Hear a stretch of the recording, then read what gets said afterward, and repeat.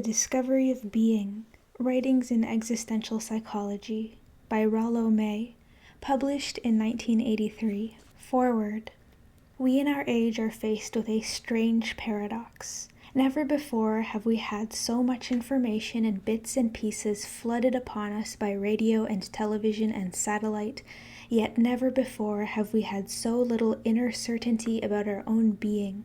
The more objective truth increases, the more our inner certitude decreases.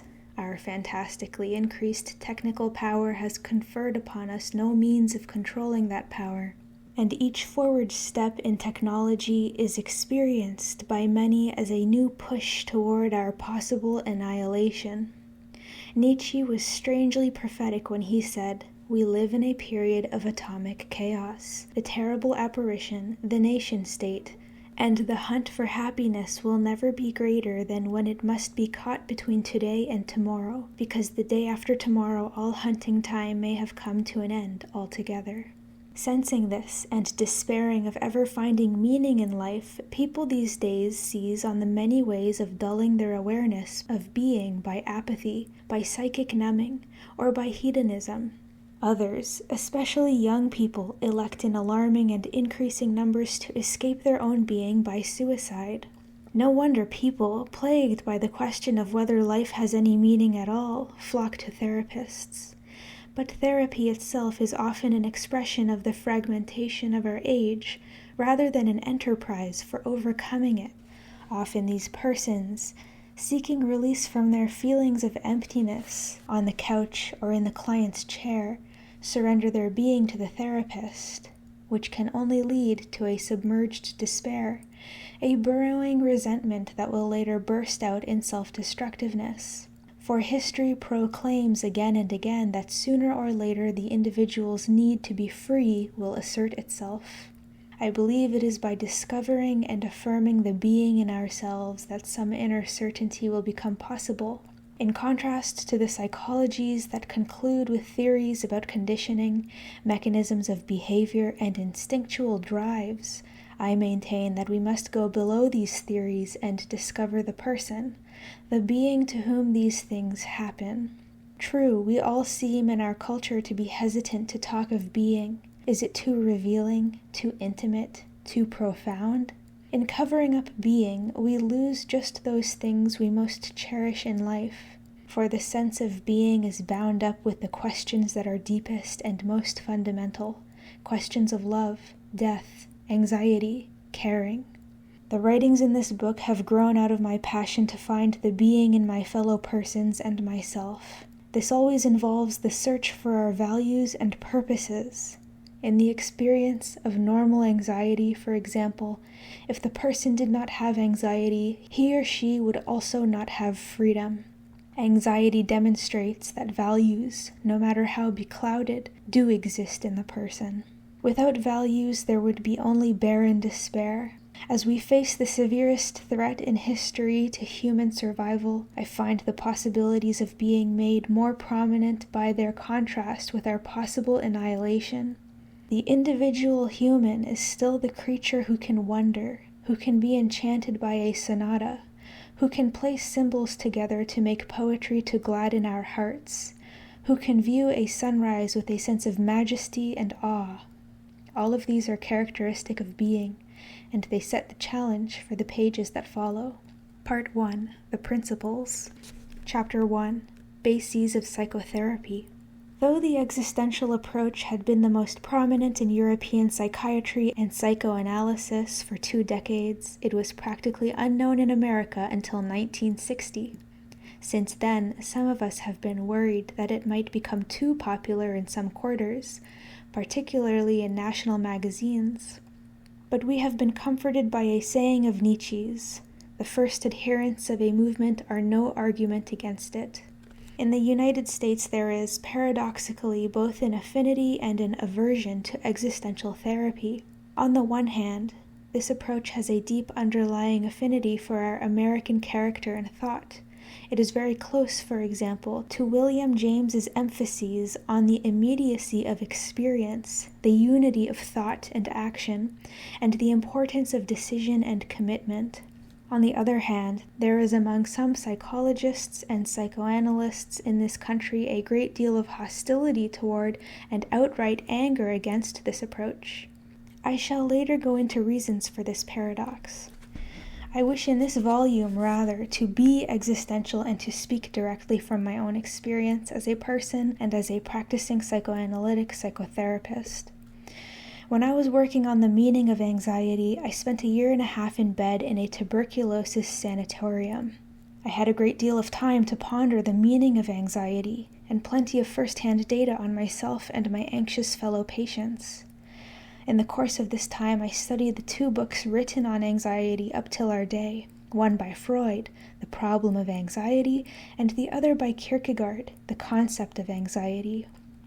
I valued highly Freud's formulations, for example, his first theory that anxiety is the re-emergence of repressed libido, and his second, that anxiety is the ego's reaction to the threat of the loss of the loved object.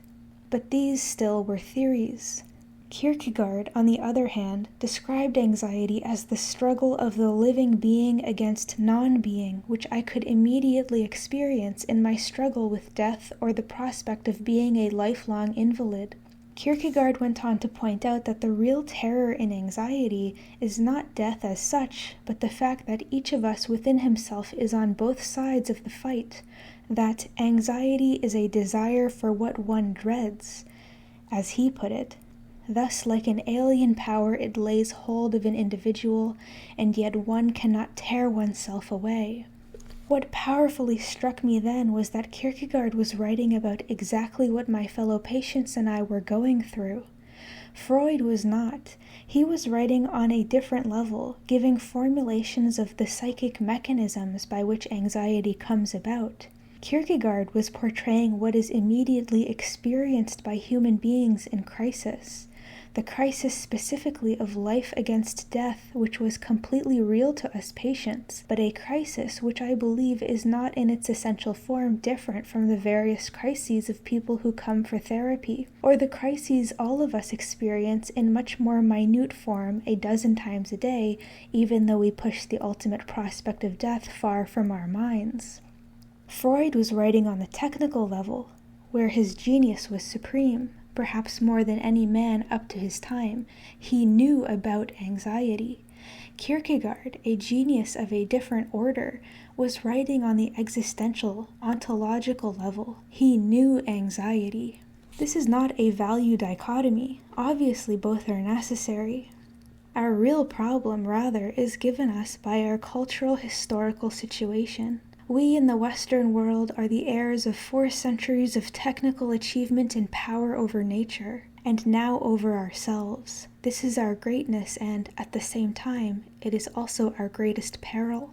We are not in danger of repressing the technical emphasis of which Freud's tremendous popularity in this country was proof, if any were necessary, but rather we repress the opposite. If I may use terms which I shall be discussing more fully presently, we repress the sense of being, the ontological sense. One consequence of this repression of the sense of being is that modern man's image of himself, his experience of himself as a responsible individual, his experience of his own humanity have likewise disintegrated. The existential approach does not have the aim of ruling out the technical discoveries of Freud or those from any other branch of psychology or science. It does, however, seek to place these discoveries on a new basis, a new understanding or rediscovery of the nature and image of the human being. I make no apologies in admitting that I take very seriously the dehumanizing dangers in our tendency in modern science to make man over into the image of the machine, into the image of the techniques by which we study him. This tendency is not the fault of any dangerous person or vicious schools.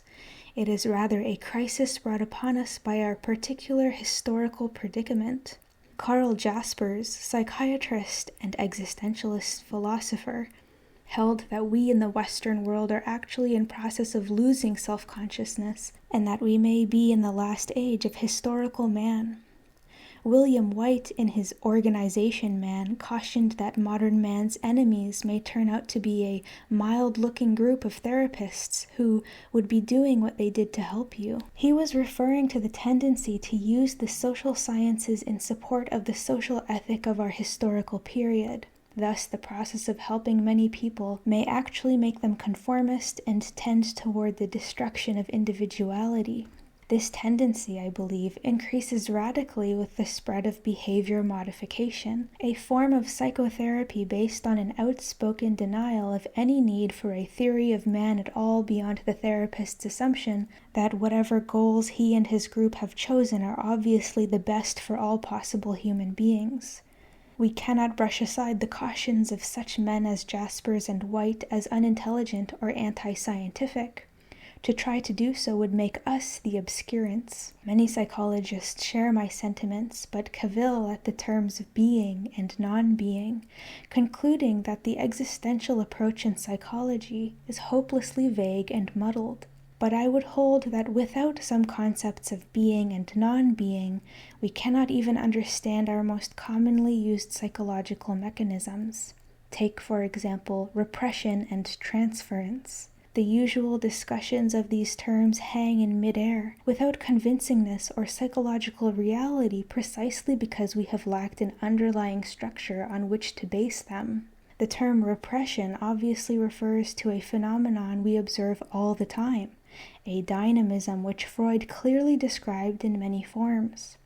We generally explain the mechanism by saying that the child represses into unconsciousness certain impulses, such as sex and hostility, because the culture in the form of parental figures disapproves, and the child must protect his own security with these persons. But this culture which assumedly disapproves is made up of the very same people who do the repressing. Is it not an illusion, therefore, and much too simple to speak of the culture over against the individual in such fashion and make it our whipping boy? Furthermore, where did we get the ideas that child or adult are so much concerned with security and libidinal satisfactions? Are these not a carryover from our work with the neurotic, anxious child and adult? Certainly the neurotic, anxious child is compulsively concerned with security, for example, and certainly the neurotic adult, and we who study him, read our later formulations back into the unsuspecting mind of the child. But is not the normal child just as truly interested in moving out into the world, exploring, following his curiosity and sense of adventure, going out to learn, to shiver and to shake, as the nursery rhyme puts it? And if you block these needs of the child, you get a traumatic reaction from him just as you do when you take away his security. I, for one, believe we vastly overemphasize the human being's concern with security and survival satisfactions because they so neatly fit into our cause and effect way of thinking. I believe Nietzsche and Kierkegaard were more accurate when they described man as the organism who makes certain values, prestige, power, tenderness, more important than pleasure and even more important than survival itself. My thesis here is that we can understand repression, for example, only on the deeper level of the meaning of the human being's potentialities. In this respect, being is to be defined as the individual's pattern of potentialities. These potentialities will be partly shared with other persons, but will in every case form a unique pattern in each individual. We must ask the questions. What is this person's relation to his own potentialities? What goes on that he chooses or is forced to choose to block off from his awareness, something which he knows, and on another level knows that he knows? In my work in psychotherapy, there appears more and more evidence that anxiety in our day arises not so much out of fear of lack of libidinal satisfactions or security, but rather out of the patient's fear of his own powers and the conflicts that arise from that fear. This may be the particular neurotic personality of our time, the neurotic pattern of contemporary, outer-directed organizational man. The unconscious, then, is not to be thought of as a reservoir of impulses, thoughts, wishes, which are culturally unacceptable. I define it rather as those potentialities for knowing and experiencing which the individual cannot or will not actualize. On this level, we shall find that the simple mechanism of repression is infinitely less simple than it looks, that it involves a complex struggle of the individual's being against the possibility of non-being, that it cannot be adequately comprehended in ego and not ego terms, or even self and not self, and that it inescapably raises the question of the human being's margin of freedom with respect to his potentialities, a margin in which resides his responsibility for himself, which even the therapist cannot take away. Another concept from classical analysis besides repression bears comment here. I refer to transference, the relationship between the two people, patient and therapist, in the consulting room. The concept and description of transference was one of Freud's great contributions, both in his own judgment and in that of many of the rest of us. There are vast implications for therapy in the phenomenon that the patient brings into the consulting room his previous or present relationships with father, mother, lover, child, and proceeds to perceive us as those creatures and to build his world with us in the same way. Transference, like other concepts of Freud, vastly enlarges the sphere and influence of personality. We live in others and they in us. Note Freud's idea that in every act of sexual intercourse, 4 persons are present, one's self and one's lover, plus one's 2 parents. I have always personally taken an ambivalent attitude towards this idea, believing as I do that the act of love at least deserves some privacy. But the deeper implications are the fateful interweaving of the human web. One's ancestors, like Hamlet's father, are always coming on to the edge of the stage with various ghostly challenges and imprecations. This emphasis of Freud's on how deeply we are bound each to each again cuts through many of modern man's illusions about love and interpersonal relations. But the concept of transference presents us with unending difficulties if we take it by itself, i.e., without a norm of relationship which is grounded in the nature of man as such. In the first place, transference can be a handy and ever-useful defense for the therapist. As Thomas Szasz puts it, the therapist can hide behind it to protect himself from the anxiety of direct encounter. Second, the concept of transference can undermine the whole experience and sense of reality in therapy. The 2 persons in the consulting room become shadows, and everyone else in the world does too. It can erode the patient's sense of responsibility, and can rob the therapy of much of the dynamic for the patient's change. What has been lacking is a concept of encounter, within which, and only within which, transference has genuine meaning. Transference is to be understood as the distortion of encounter. Since there was no norm of human encounter in psychoanalysis and no adequate place for the I-thou relationship, there was bound to be an oversimplifying and watering down of love relationships. Freud greatly deepened our understanding of the multifarious, powerful, and ubiquitous forms in which erotic drives express themselves. But Eros, instead of coming back into its own as Freud fondly hoped, now oscillates between being and absurd chemistry that demands outlet and a relatively unimportant pastime for male and female of an evening which they get bored watching TV. Also, we had no norm of agape, the form of selfless love, concern for the other person's welfare in its own right. Agape cannot be understood as derivative, or what is left over when you analyze out exploitative, cannibalistic tendencies. Agape is not a sublimation of eros, but a transcending of it in enduring tenderness, lasting concern for the other. And it is precisely this transcendence which gives eros itself fuller and more enduring meaning. The existential approach helps us in asking the question, how is it possible that one being relates to another? What is the nature of human beings that 2 persons can communicate, can grasp each other as beings, have genuine concern with the welfare and fulfillment of the other, and experience some genuine trust? The answer to these questions will tell us of what transference is a distortion. As I sit now in relationship with my patient, I am assuming that this man, let us say, like all existing beings, needs to reach out from his own centeredness to participate with other persons. Before he ever made the tentative and oft-postponed steps to phone me for an appointment, he was already participating in imagination in some relationship with me. He sat nervously smoking in my waiting room. He now looks at me with mingled suspicion and hope, an effort toward openness fighting in him against the life-old tendency to withdraw behind a stockade and hold me out. This struggle is understandable, for participating always involves risk. If one goes out too far, one will lose one's identity. But if he is so afraid of losing his own conflicted center, which at least has made possible some partial integration and meaning in his experience, that he refuses to go out at all but holds back in rigidity and lives in narrowed and shrunken world space, his growth and development are blocked. This is what Freud meant when he spoke of repression and inhibition. Inhibition is the relation to the world of the being who has the possibility to go out but is too threatened to do so, and his fear that he will lose too much may, of course, be the case.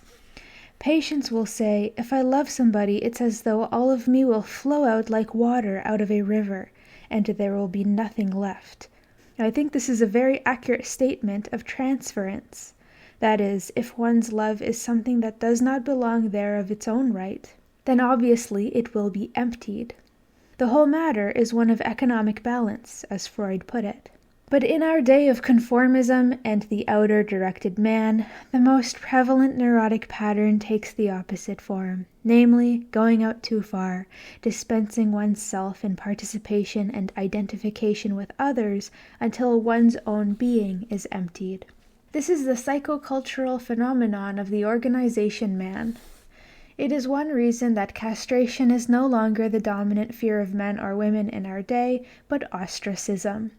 Patient after patient I've seen, especially those from Madison Avenue, chooses to be castrated, that is, to give up his power, in order not to be ostracized.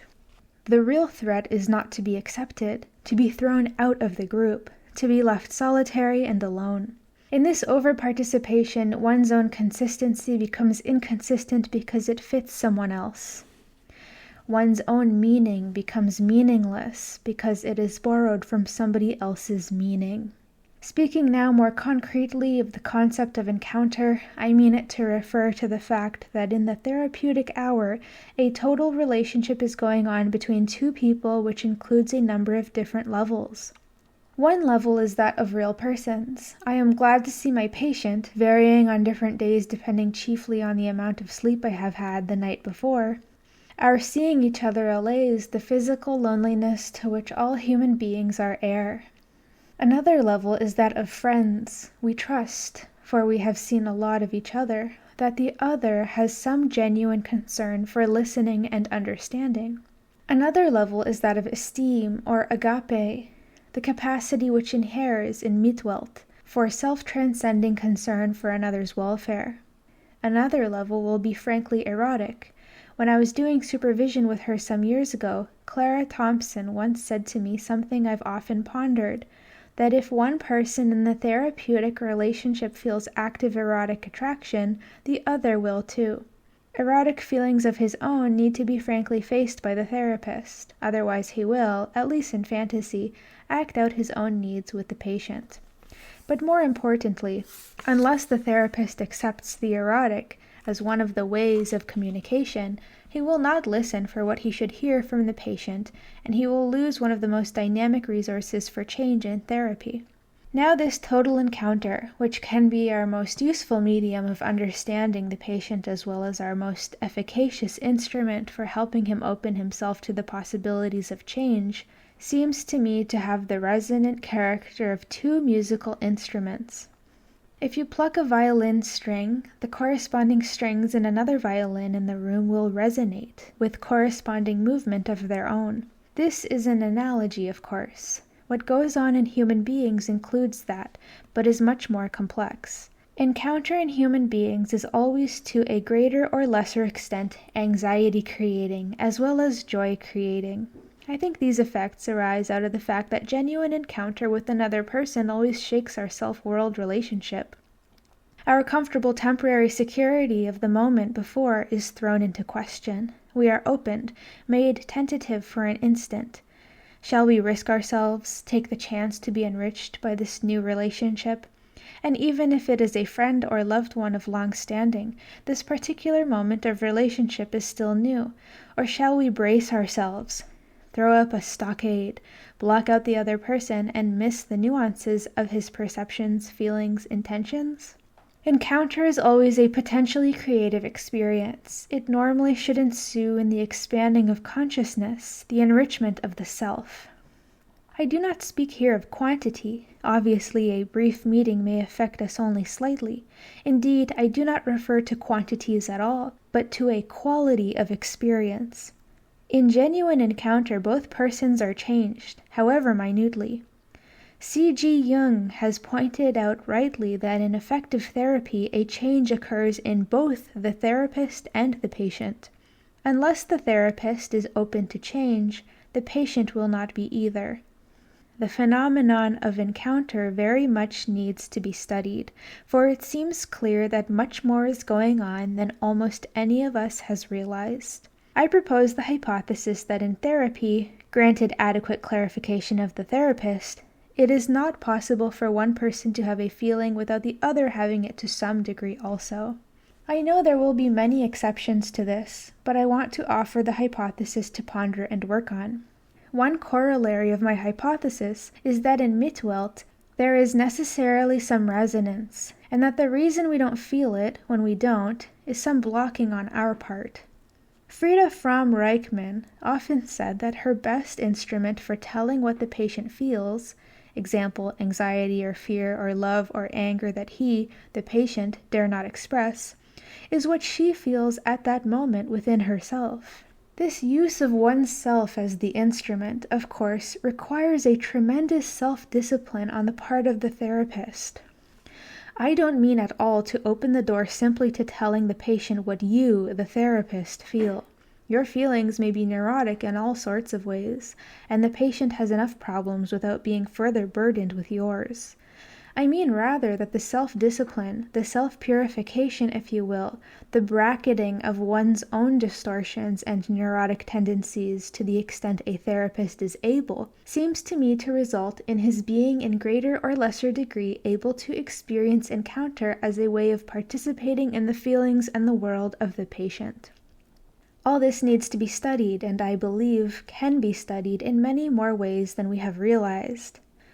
As I have said, there is something going on in one human being relating to another, something inhering in Mitwelt, that is infinitely more complex, subtle, rich, and powerful than we have realized. The chief reason this hasn't been studied, it seems to me, is that we have had no concept of encounter, for it was covered up by Freud's concept of transference. As one consequence, we have had all kinds of studies of transference, which tell us everything except what really goes on between two human beings. We are justified in looking to phenomenology for help in arriving at a concept which will enable us to perceive encounter itself, when so far we have only perceived its distortion, transference. It is especially important that we not yield to the tendency to avoid and dilute encounter by making it a derivative of transference or countertransference. Chapter 2. The Case of Mrs. Hutchins. As a practicing therapist and teacher of therapists, I have been struck by how often our concern with trying to understand the patient in terms of the mechanisms by which his behavior takes place blocks our understanding of what he really is experiencing. A patient, Mrs. Hutchins, about whom I shall center some of my remarks, comes into my office for the first time, a suburban woman in her middle 30s who tries to keep her expression poised and sophisticated. But no one could fail to see in her eyes something of the terror of a frightened animal or a lost child. I know from what her neurological specialists have already told me that her presenting problem is hysterical tenseness of the larynx, as a result of which she can talk only with a perpetual hoarseness. I have been given the hypothesis from her Rorschach that she has felt all her life that, If I say what I really feel, I'll be rejected. Under these conditions, it is better not to talk at all. During this first hour, also, I get some hints of the genetic why of her problem as she tells me of her authoritarian relation with her mother and grandmother, and how she learned to guard firmly against telling any secrets at all. But if, as I sit here, I am chiefly thinking of these whys and hows concerning the way the problem came about, I will grasp everything except the most important thing of all, indeed, the only real source of data I have, namely, this person now existing, becoming, emerging, this experiencing human being immediately in the room with me. There are in this country several undertakings to systematize psychoanalytic theory in terms of forces, dynamisms, and energies. The approach I propose is the exact opposite of this. I hold that our science must be relevant to the distinctive characteristics of what we seek to study, in this case, the human being. I do not deny dynamisms and forces, that would be nonsense, but I hold that they have meaning only in the context of the existing living person, that is to say, in the ontological context. I propose, thus, that we take the one real datum we have in the therapeutic situation, namely, the existing person sitting in a consulting room with a therapist. The term existing person is my equivalent of the German Dasein, literally the being who is there. Note that I do not say simply individual or person. If you take individuals as units in a group for the purposes of statistical prediction, certainly a legitimate use of psychological science, you are exactly defining out of the picture the characteristics which make this individual an existing person. Or when you take him or her as a composite of drives and deterministic forces, you have defined for study everything except the one to whom these experiences happen. Everything except the existing person himself. Therapy is one activity in which we cannot escape the necessity of taking the subject as an existing person. Let us therefore ask, what are the essential characteristics which constitute this patient as an existing person in the consulting room? I wish to propose 6 characteristics which I shall call principles, which I find in my work as a psychotherapist. Through these principles are the product of a good deal of thought and experience with many cases. I shall illustrate them with episodes from the case of Mrs. Hutchins. First, Mrs. Hutchins, like every existing person, is centered in herself, and an attack on this center is an attack on her existence itself. This is a characteristic which we share with all living beings. It is self-evident in animals and plants. I never cease to marvel how, whenever we cut the top off a pine tree on our farm in New Hampshire, the tree sends up a new branch from heaven knows where to become a new center. But this principle has a particular relevance to human beings and gives a basis for the understanding of sickness and health, neurosis and mental health. Neurosis is not to be seen as a deviation from our particular theories of what a person should be. Is not neurosis, rather, precisely the method the individual uses to preserve his own center, his own existence? His symptoms are ways of shrinking the range of his world, so graphically shown in Mrs. Hutchins' inability to let herself talk, in order that the centeredness of his existence may be protected from threat. A way of blocking off aspects of the environment that he may then be adequate to the remainder. Mrs. Hutchins had gone to another therapist for 6 sessions a month before she came to me. He told her, in an apparently ill-advised effort to reassure her, that she was too proper, too controlled. She reacted with great upset, and immediately broke off the treatment. Now technically he was entirely correct. Existentially he was entirely wrong. What he did not see, in my judgment, was that this very properness, this over-control, far from being things Mrs. Hutchins wanted to get over, were part of her desperate attempt to preserve what precarious center she had.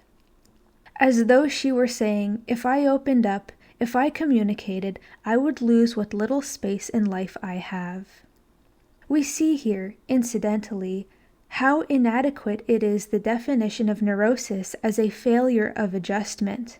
An adjustment is exactly what neurosis is, and that is just its trouble.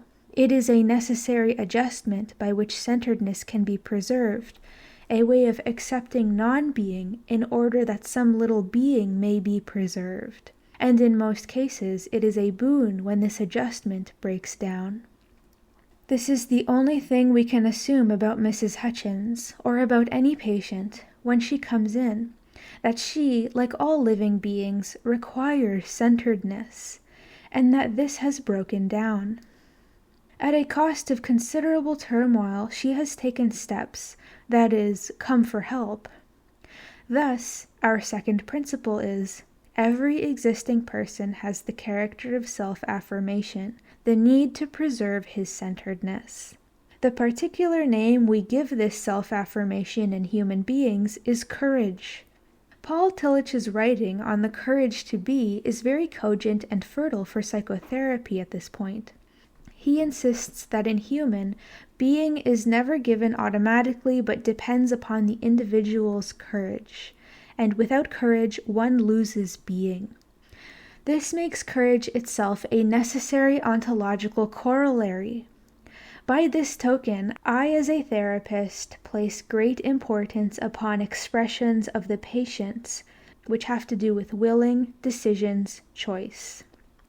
I never let little remarks the patient may make, such as maybe I can, perhaps I can try, and so on, slip by without my making sure he knows I have heard him.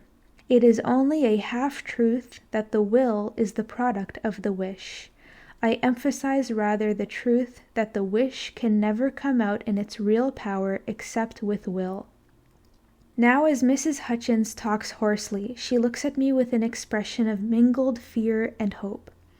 Obviously, a relation exists between us not only here but already in anticipation in the waiting room and ever since she thought of coming. She is struggling with the possibility of participating with me. Our third principle is, thus, all existing persons have the need and possibility of going out from their centeredness to participate in other beings. This always involves risk. If the organism goes out too far, it loses its own centeredness, its identity, a phenomenon which can easily be seen in the biological world. The gypsy moth, for example, increases phenomenally for several years, eating the leaves off trees at a fantastic rate, eventually eating itself out of its own food and dying out. But if the neurotic is so afraid of loss of his own center, conflicted though it be, that he refuses to go out but holds back in rigidity and lives in narrowed reactions and shrunken world space, his growth and development are blocked, as we noted in Chapter 1. This is the pattern in neurotic repressions and inhibitions, the common neurotic forms in Freud's day. But it may well be in our day of conformism and the outer-directed man that the most common neurotic pattern takes the opposite form, namely, the dispersing of oneself in participation and identification with others until one's own being is emptied. Like the gypsy moth, we destroy our own being. At this point, we see the rightful emphasis of Martin Buber in one sense and Harry Stack Sullivan in another, that the human being cannot be understood as a self if participation with other selves is omitted. Indeed, if we are successful in our search for these ontological principles of the existing person, it should be true that the omission of any one of the six would mean we do not then have a human being. Our fourth principle is, the subjective side of centeredness is awareness. The paleontologist Pierre Teilhard de Chardin described brilliantly how this awareness is present in ascending degrees in all forms of life from amoeba to man. It is certainly present in animals. Howard Liddell has pointed out how the seal in its natural habitat lifts its head every 10 seconds, even during sleep, to survey the horizon lest an Eskimo hunter with poised bow and arrow sneak up on it. This awareness of threats to being in animals Liddell calls vigilance, and he identifies it as the primitive, simple counterpart in animals of what in human beings becomes anxiety. Our first 4 characteristic principles are shared by our existing person with all living beings. They are biological levels in which human beings participate. The 5th principle refers now to a distinctively human characteristic: self-consciousness. The uniquely human form of awareness is self-consciousness. We do not identify awareness and consciousness. We associate awareness, as Liddell indicates above, with vigilance. This supported by the derivation of the term. It comes from the Anglo-Saxon gewaer, weyer, meaning knowledge of external dangers and threats. Its cognates are beware and wary. Awareness certainly is what is going on in an individual's neurotic reaction to threat. In Mrs. Hutchins' experience in the first hours, for example, that I am also a threat to her. Consciousness, in contrast, we define as not simply my awareness of threat from the world, but my capacity to know myself as the one being threatened. My experience of myself as the subject who has a world. Conscientiousness, as Kurt Goldstein puts it, is man's capacity to transcend the immediate concrete situation to live in terms of the possible, and it underlies the human capacity to use abstractions and universals to have language and symbols. This capacity for consciousness underlies the wide range of possibility which man has in relating to his world, and it constitutes the foundation of psychological freedom. Thus, human freedom has its ontological base and I believe must be assumed in all psychotherapy. In his book The Phenomenon of Man, Pierre Teilhard de Chardin, as we have mentioned, describes awareness in all forms of evolutionary life. But in man, a new function arises, namely this self-consciousness. Teilhard de Chardin undertakes to demonstrate something I have always believed, that when a new function emerges, the whole previous pattern, the total gestalt of the organism, changes. Thereafter, the organism can be understood only in terms of the new function. That is to say, it is only a half-truth to hold that the organism is to be understood in terms of the simpler elements below it on the evolutionary scale. It is just as true that every new function forms a new complexity which conditions all the simpler elements in the organism. In this sense, the simple can be understood only in terms of the more complex. This is what self-consciousness does in man. All the simpler biological functions must now be understood in terms of the new function. No one would, of course, deny for a moment the old functions, nor anything in biology which man shares with less complex organisms. Take sexuality, for example, which we obviously share with all mammals, but given self-consciousness, sex becomes a new gestalt, as is demonstrated in therapy all the time. Sexual impulses are now conditioned by the person of the partner. What we think of the other male or female, in reality or fantasy, or even repressed fantasy, can never be ruled out. The fact that the subjective person of the other to whom we relate sexually makes least difference in neurotic sexuality, say in patterns of compulsive sex or prostitution, only proves the point the more firmly. For such requires precisely the blocking off, the checking out, the distorting of self-consciousness.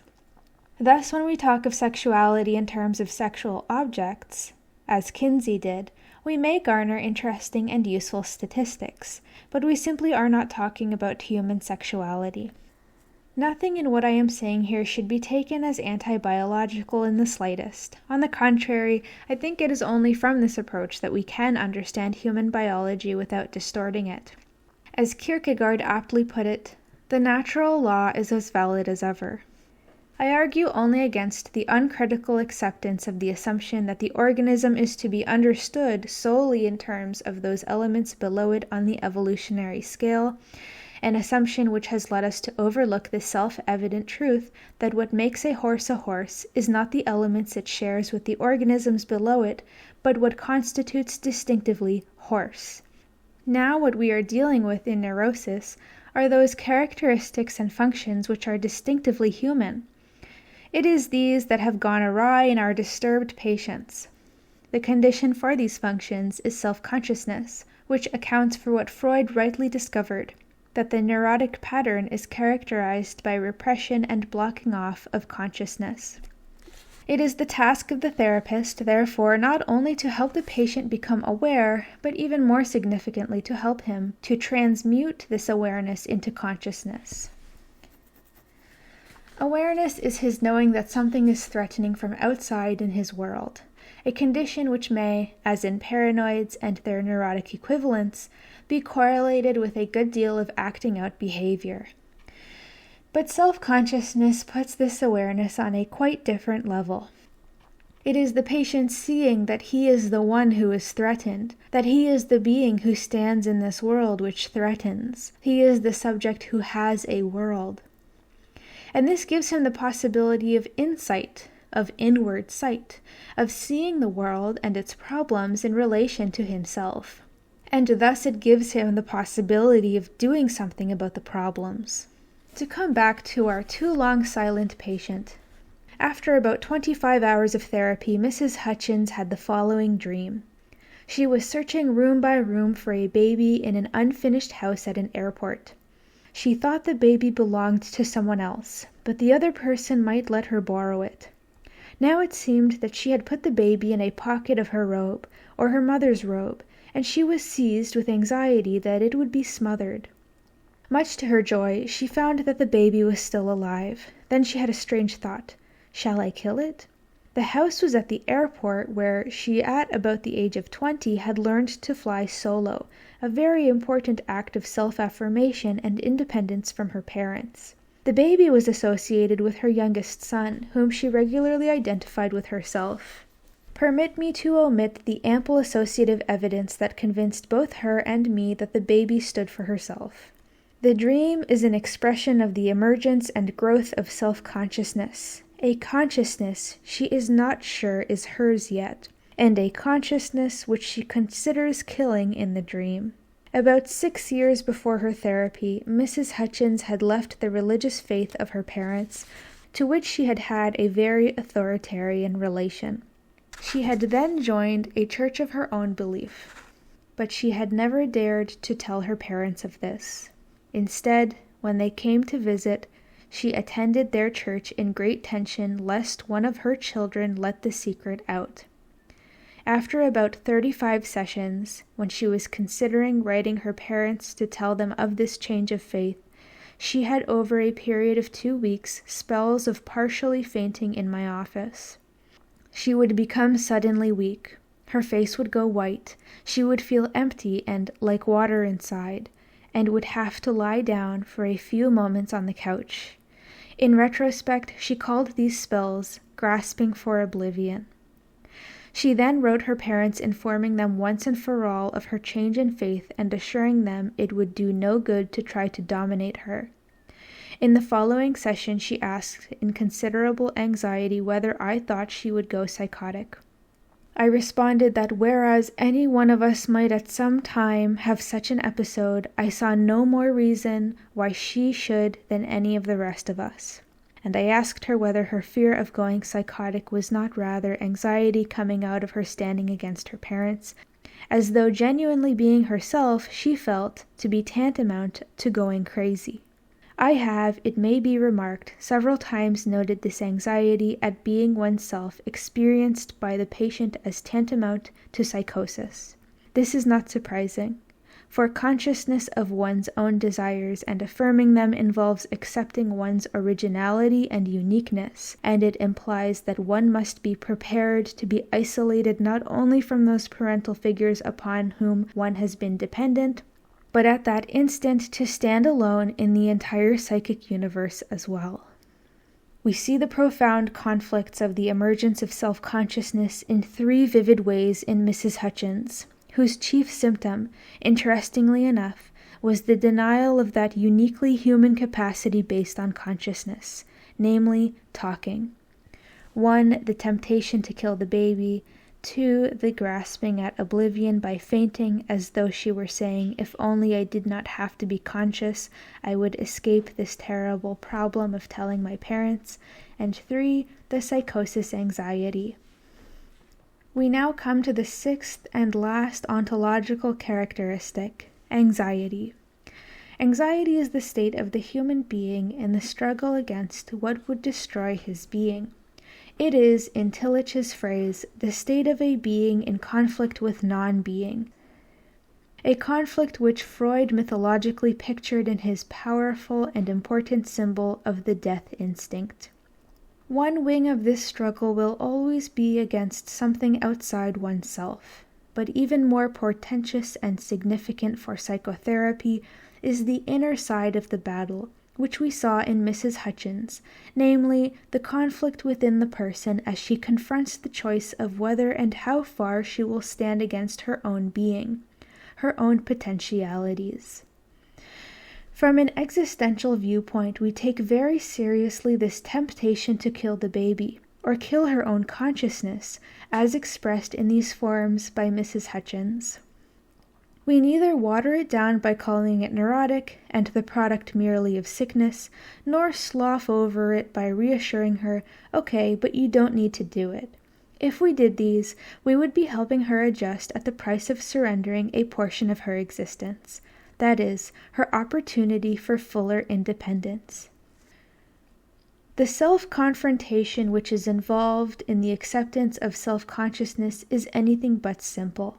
It involves, to identify some of the elements, accepting the hatred of the past, her mother's of her and hers of her mother, accepting her present motives of hatred and destruction, cutting through rationalizations and illusions about her behavior and motives, and the acceptance of the responsibility and aloneness which this implies, the giving up of childhood omnipotence, and acceptance of the fact that though she can never have absolute certainty of choices, she must choose anyway. But all of these specific points, easy enough to understand in themselves, must be seen in the light of the fact that consciousness itself implies always the possibility of turning against oneself, denying oneself. The tragic nature of human existence inheres in the fact that consciousness itself involves the possibility and temptation at every instant of killing itself. Dostoevsky and our other existential forebears were not indulging in poetic hyperbole or expressing the after-effects of immoderate vodka when they wrote of the agonizing burden of freedom. The fact that existential psychotherapy places emphasis on these tragic aspects of life does not at all imply it is pessimistic. Quite the contrary. The confronting of genuine tragedy is a highly cathartic experience psychically, as Aristotle and others through history have reminded us. Tragedy is inseparably connected with the human being's dignity and grandeur, and is the accompaniment, as illustrated in the dramas of Oedipus and Orestes, and Hamlet and Macbeth, of the person's moments of greatest insight. Part 2. The Cultural Background. Chapter 3. Origins and Significance of Existential Psychology. In recent years, there has been a growing awareness on the part of some psychiatrists and psychologists that serious gaps exist in our way of understanding human beings. These gaps may well seem most compelling to psychotherapists, confronted as they are in clinic and consulting room with the sheer reality of persons in crisis, whose anxiety will not be quieted by theoretical formulas. But the lacunae likewise present seemingly unsurmountable difficulties in scientific research. Thus many psychiatrists and psychologists in Europe and others in this country have been asking themselves disquieting questions, and others are aware of gnawing doubts which arise from the same half-suppressed and unasked questions. Can we be sure, one such question goes, that we are seeing the patient as he really is, knowing him in his own reality, or are we seeing merely a projection of our own theories about him?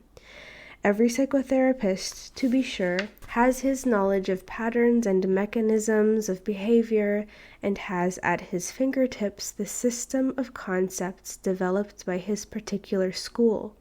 Such a conceptual system is entirely necessary if we are to observe scientifically, but the crucial question is always the bridge between the system and the patient.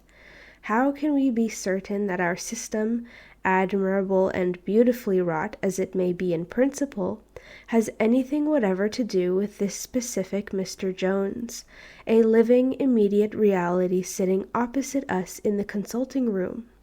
May not just this particular person require another system, another quite different frame of reference?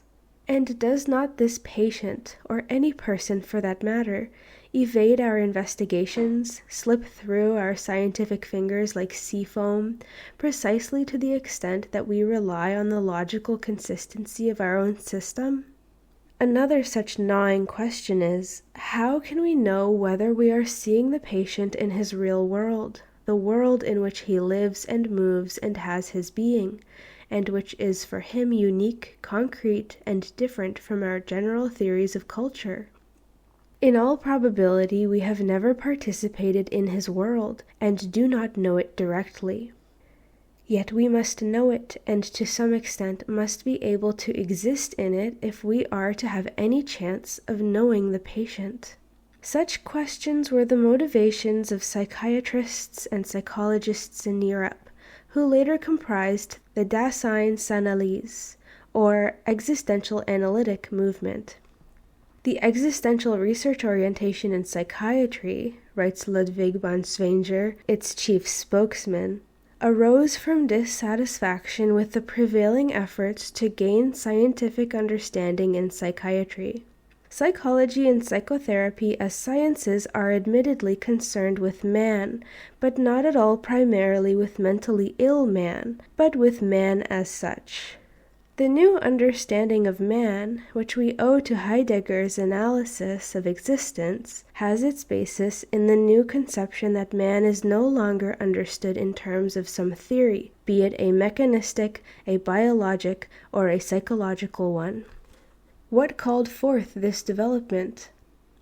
Before turning to what this new conception of man is, let us note that this approach sprang up spontaneously in different parts of Europe and among different schools, and has a diverse body of researchers and creative thinkers.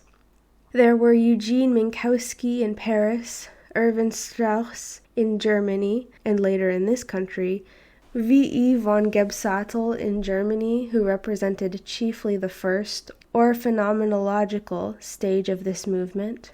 There were Ludwig von Swenger, A. Storch, M. Boss, G. Bali, Roland Kuhn in Switzerland, J. H. van den Berg, and F. J. Buitendik in Holland, and so on, representing more specifically the second or existential stage.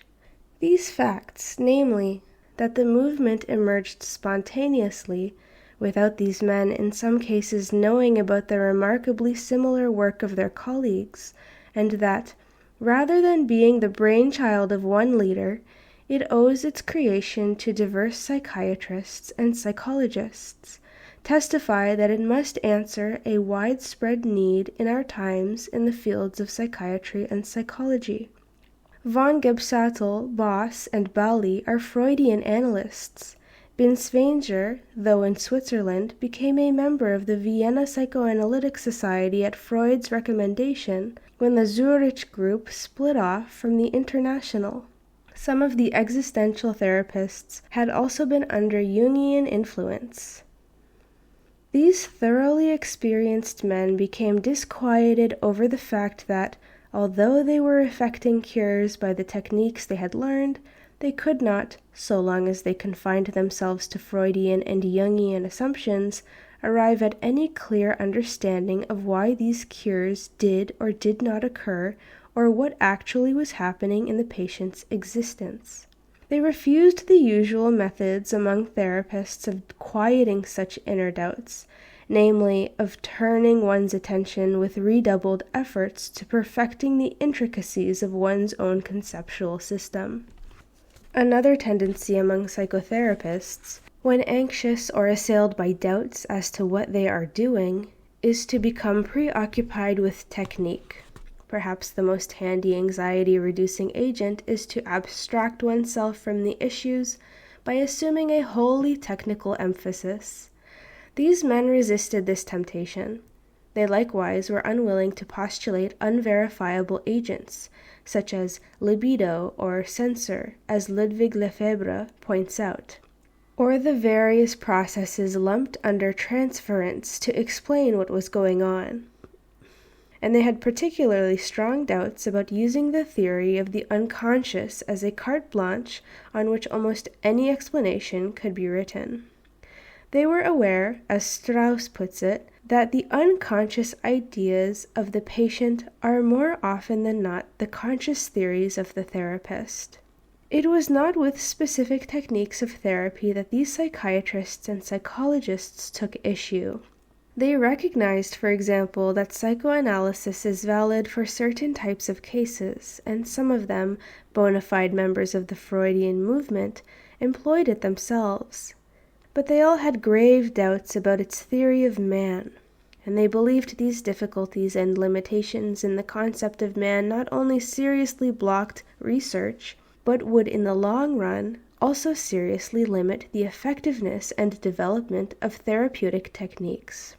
They sought to understand the particular neuroses or psychoses, and, for that matter, any human being's crisis situation, not as deviations from the conceptual yardstick of this or that psychiatrist or psychologist who happened to be observing, but as the disruption of his condition humane.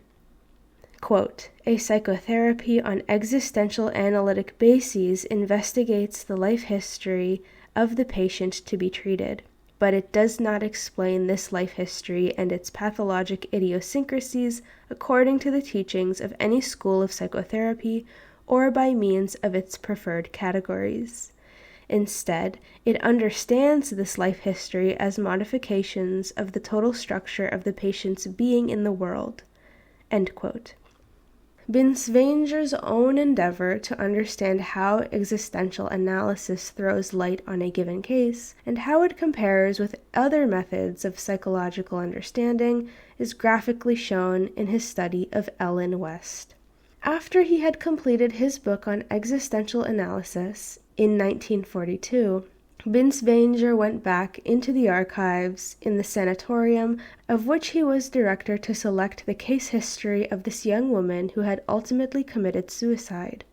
This case comes from 1918, before shock therapy, when psychoanalysis was in its relatively youthful stage and when the understanding of mental illness seems crude to us today. Binswanger uses the case in his endeavor to contrast the crude methods of that day with the way Ellen West would have been understood by existential psychotherapy. Ellen West had been a tomboy in her youth and had early developed a great ambition as shown in the phrase which she used, quote, either Caesar or nothing. In her late teens, there becomes evident her perpetual and all-encompassing dilemmas which trapped her like vices. She vacillated from despair to joy, from anger to docility, but most of all from gorging food to starving herself. Binswanger points out the one-sidedness of the understanding of the two psychoanalysts whom Ellen West had seen, one for 5 months and the other for a lesser time. They interpreted her only in the world of instincts, drives, and other aspects of what Binswanger calls the Umwelt, to be discussed in Chapter 9. He especially takes issue with the principle stated by Freud in a literal translation, quote, in our view, perceived or observed phenomena must yield their place to merely postulated, assumed strivings or tendencies, end quote. In Ellen's long illness, which we would term in our day severe anorexia nervosa, she was also seen for consultation by 2 psychiatrists of that day, Kraepelin, who diagnosed her as melancholia, and Bleuler, who offered the diagnosis of schizophrenia. Binswanger is not interested here in the technique of treatment, but he is concerned with trying to understand Ellen West. She fascinates him by seeming to be in love with death. In her teens, Ellen implores the, quote, sea king to kiss her to death. She writes, quote, death is the greatest happiness in life, if not the only one. If he, death, makes me wait much longer, the great friend, death, then I shall set out to seek him. End quote. She writes time and again that she would like to die, quote, as the bird dies which bursts its throat in supreme joy. End quote. Her talent as a writer is shown in her extensive poetry, diaries, and prose about her illness. She reminds one of Sylvia Plath. Binswanger poses the difficult question, are there some persons who can fulfill their existence only by taking their own lives? Quote, but where the existence can exist only by relinquishing life, there the existence is a tragic existence. End quote. Ellen West seems to Binswanger to be a vivid example of Kierkegaard's description of despair in Sickness unto Death. Binswanger writes, to live in the face of death, however, means to die unto death, as Kierkegaard says, or to die one's own death, as Rilke and Schiller express it, that every passing away, every dying, whether self-chosen death or not, is still an autonomous act of life, has already been expressed by Goethe. As he said of Raphael or Kepler, both of them suddenly put an end to their lives, but in saying so he meant their involuntary death coming to them from the outside as external fate, so we may conversely designate Ellen West's self-caused death as a passing away or dying. Who will say where in this case guilt begins and fate ends? Whether or not Binswanger is successful in explicating existential principles in this case is for the reader to judge, but anyone who reads this long case will feel the amazing depth of Binswanger's earnestness in his search together with his rich cultural background and scholarliness. It is relevant here to note the long friendship between Binswanger and Freud, a relationship which both greatly valued. In a small book giving his recollections of Freud, which he published at the urging of Anna Freud, Binswanger recounts the many visits he made to Freud's home in Vienna, and the visit of several days Freud made to him at his sanatorium on Lake Constance. Their relationship was the more remarkable since it was the sole instance of a lasting friendship of Freud with any colleague who differed radically with him. There is a poignant quality in a message Freud wrote to Binswanger in reply to the latter's New Year's letter. Quote, you, quite different from so many others, have not let it happen that your intellectual development, which has taken you further and further away from my influence, should destroy our personal relations, and you do not know how much good such fineness does to one. End quote. Whether the friendship survived because the intellectual conflict between the two was like the proverbial battle between the elephant and the walrus, who never met on the same ground, or because of some diplomatic attitude on Binswanger's part, a tendency for which Freud mildly chided him at one point, or because of the depth of their respect and affection for each other, we cannot judge. What was certainly important, however, was the fact that Binswanger and the others in the existential movement in therapy were concerned not with arguing about specific dynamisms as such, but with analyzing the underlying assumptions about human nature and arriving at a structure on which all specific therapeutic systems could be based. It would be a mistake, therefore, simply to identify the existential movement in psychotherapy as another in the line of schools which have broken off from Freudianism, from Jung and Adler on down. Those previous deviating schools, although called forth by blind spots in orthodox therapy, and typically emerging when orthodoxy had struck an arid plateau, were nevertheless formed under the impetus of the creative work of one seminal leader.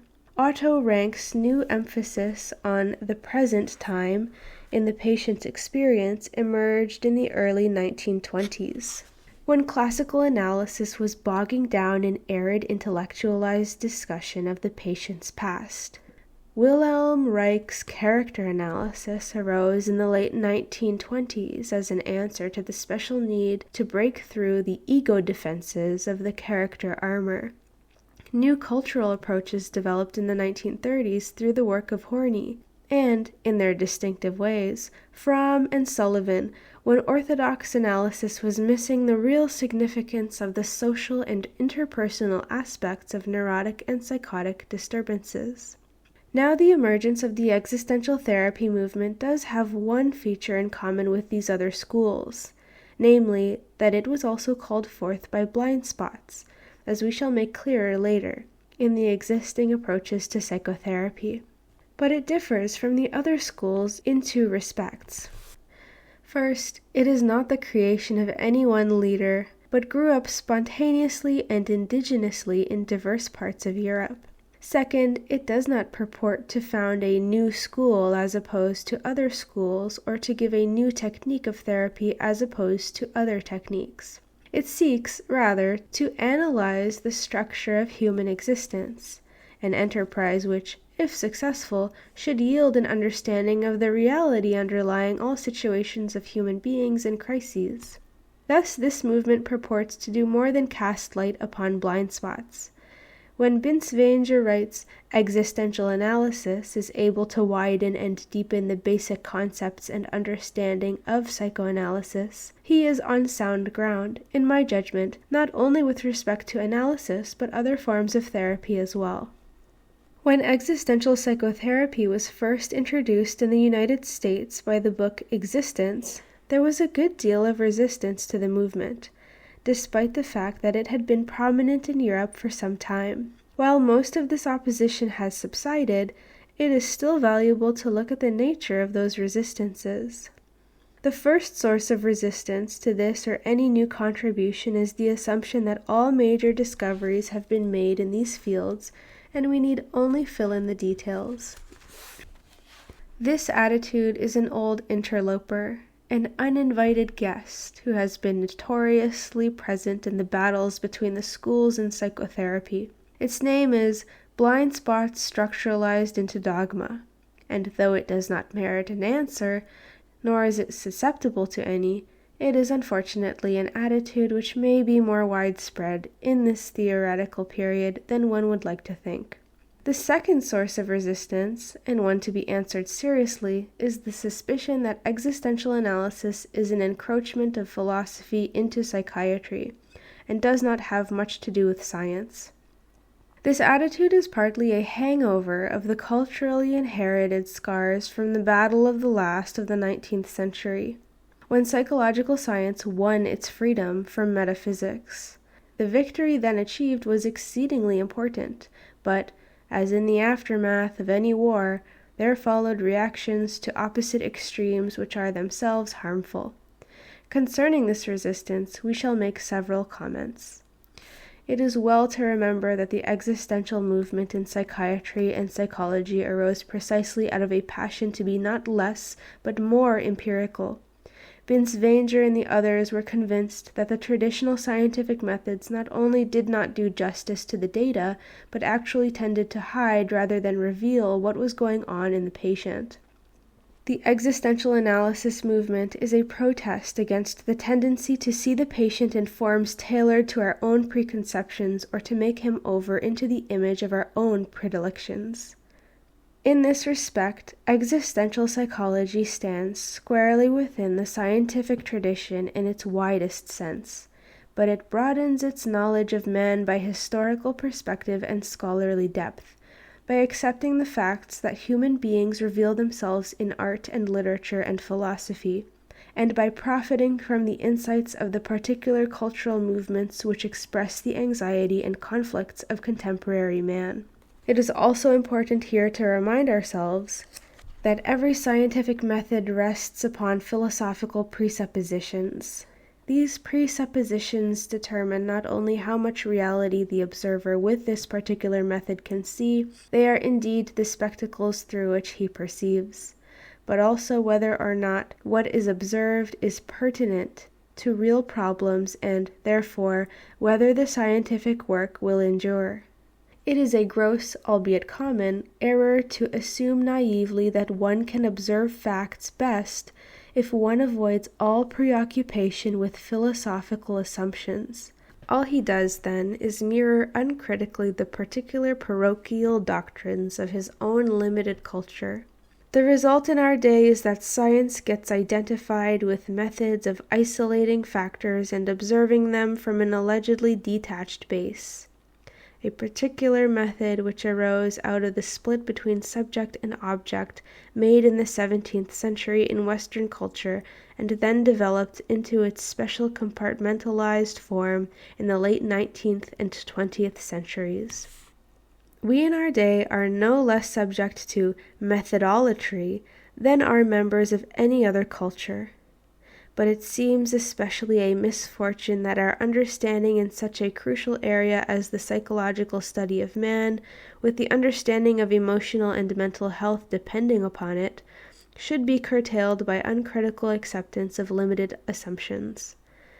Helen Sargent has sagely and pithily remarked, "Science offers more leeway than graduate students are permitted to realize." Is not the essence of science the assumption that reality is lawful and therefore understandable, and is it not an inseparable aspect of scientific integrity that any method continuously criticize its own presuppositions? The only way to widen one's blinders is to analyze one's philosophical assumptions. In my judgment, it is very much to the credit of the psychiatrists and psychologists in this existential movement that they seek to clarify their own bases. This enables them, as Henry Ellenberger points out, to see their human subjects with a fresh clarity and to shed original light on many facets of psychological experience. The third source of resistance, and to my mind the most crucial of all, is the tendency in this country to be preoccupied with technique and to be impatient with endeavors to search below such considerations to find the foundations upon which all techniques must be based. This tendency can be well explained in terms of our American social background, particularly our frontier history, and it can be well justified as our optimistic, activistic concern for helping and changing people. Our genius in the field of psychology has been until recently in the behavioristic, clinical, and applied areas, and our special contributions in psychiatry have been in drug therapy and other technical applications. Gordon Allport has described the fact that American and British psychology, as well as general intellectual climate, has been Lockean, that is, pragmatic, a tradition fitting behaviorism, stimulus and response systems, and animal psychology. The Lockean tradition, Allport points out, consists of an emphasis on the mind as tabula rasa on which experience writes all that is later to exist therein, whereas the Leibnizian tradition views the mind as having a potentially active core of its own. The continental tradition, in contrast, has been Leibnizian. Now it is sobering to remind oneself that every new theoretical contribution in the field of psychotherapy until a decade ago, which has had the originality and germinating power to lead to the developing of a new school, has come from continental Europe with only 2 exceptions, and, of these, one was grandsired by a European-born psychiatrist. In this country we tend to be a nation of practitioners, but the disturbing question is, where shall we get what we practice? Until recently, in our preoccupation with technique, laudable enough in itself, we have tended to overlook the fact that technique emphasized by itself in the long run defeats even technique. These resistances we have named, in my judgment, far from undermining the contribution of existential analysis, demonstrate precisely its potential importance to our thinking. Despite its difficulties, due partly to its language, partly to the complexity of its thought, I believe that it is a contribution of significance and originality meriting serious study. What is existentialism? We must now remove a major stumbling block, namely the confusion surrounding the term existentialism. The word is bandied about to mean everything from the posturing defiant dilettantism of some members of the avant-garde on the left bank in Paris, to a philosophy of despair advocating suicide, to a system of anti-rationalist German thought written in a language so esoteric as to exasperate any empirically minded reader.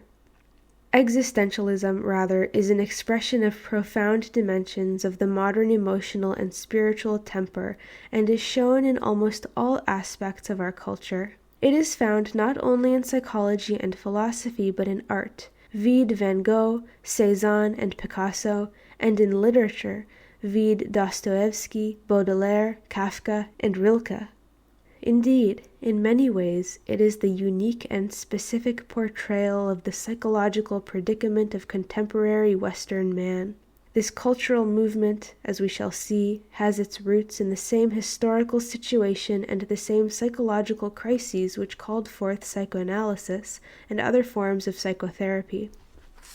Confusions about the term occur even in usually highly literate places. The New York Times, in a report commenting on Sartre's denunciation of, and final break with, the Russian communists for their suppression of freedom in Hungary, identified Sartre as a leader in existentialism, a broadly materialistic form of thought. The report illustrates two reasons for the confusion. First, the identification of existentialism in the popular mind in this country with the writings of Jean-Paul Sartre. Quite apart from the fact that Sartre is known here for his dramas, movies, and novels, rather than for his major, penetrating psychological analyses, it must be emphasized that he represents a subjectivist extreme in existentialism which invites misunderstanding, and his position is by no means the most useful introduction to the movement. But the second, more serious confusion in the Times report is its definition of existentialism as broadly materialistic. Nothing could be less accurate, nothing, unless it be the exact opposite, namely, describing it as an idealistic form of thinking. For the very essence of this approach is that it seeks to analyze and portray the human being, whether in art or literature or philosophy or psychology, on a level which undercuts the old dilemma of materialism versus idealism. Existentialism, in short, is the endeavor to understand man by cutting below the cleavage between subject and object which has bedeviled Western thought and science since shortly after the Renaissance. This cleavage Binswanger calls the cancer of all psychology up to now, the cancer of the doctrine of subject-object cleavage of the world. The existential way of understanding human beings has some illustrious progenitors in Western history, such as Socrates in his dialogues, Augustine in his depth psychological analyses of the self, Pascal in his struggle to find a place for the, quote, heart's reasons which the reason knows not of. But it arose specifically just over 100 years ago in Kierkegaard's violent protest against the reigning rationalism of his day. Hegel's totalitarianism of reason, to use Maritain's phrase. Kierkegaard proclaimed that Hegel's identification of abstract truth with reality was an illusion and amounted to trickery. Truth exists, wrote Kierkegaard, only as the individual himself produces it in action. End quote.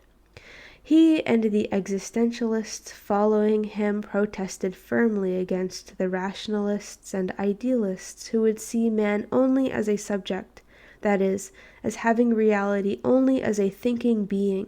But just as strongly they fought against the tendency to treat man as an object to be calculated and controlled, exemplified in the almost overwhelming tendencies in the Western world to make human beings into anonymous units to fit like robots into the vast industrial and political collectivisms of our day.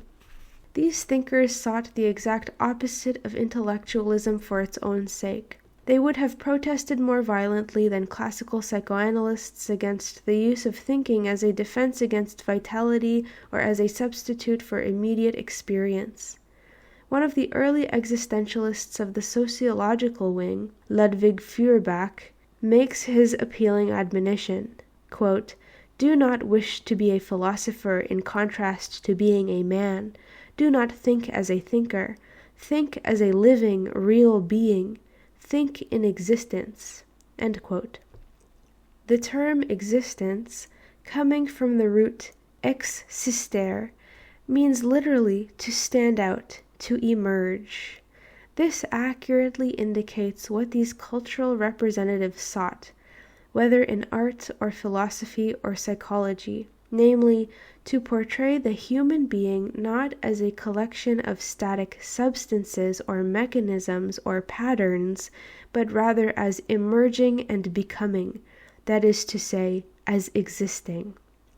For no matter how interesting or theoretically true is the fact that I am composed of such and such chemicals, or act by such and such mechanisms or patterns, the crucial question always is that I happen to exist at this given moment in time and space, and my problem is how I am to be aware of that fact and what I shall do about it. As we shall see later, the existential psychologists and psychiatrists do not rule out the study of dynamisms, drives, and patterns of behavior, but they hold that these cannot be understood in any given person except in the context of the overarching fact that here is a person who happens to exist, to be, and if we do not keep this in mind, all else we know about this person will lose its meaning. Thus, the existentialist's approach is always dynamic. Existence refers to coming into being, becoming. Their endeavor is to understand this becoming not as a sentimental artifact, but as the fundamental structure of human existence. When the term being is used in the following pages, the reader should remember that it is not a static word, but a verb form, the participle of the verb to be. Existentialism is basically concerned with ontology, that is, the science of being. Ontos, from Greek being. We can see more clearly the significance of the term if we recall that traditionally in Western thought, existence has been set over against essence. Essence refers to the greenness of this stick of wood, let us say, and its density, weight, and other characteristics which give it substance. By and large, Western thought since the Renaissance has been concerned with essences. Traditional science seeks to discover such essences or substances. It assumes an essentialist metaphysics, as Professor Wilde puts it.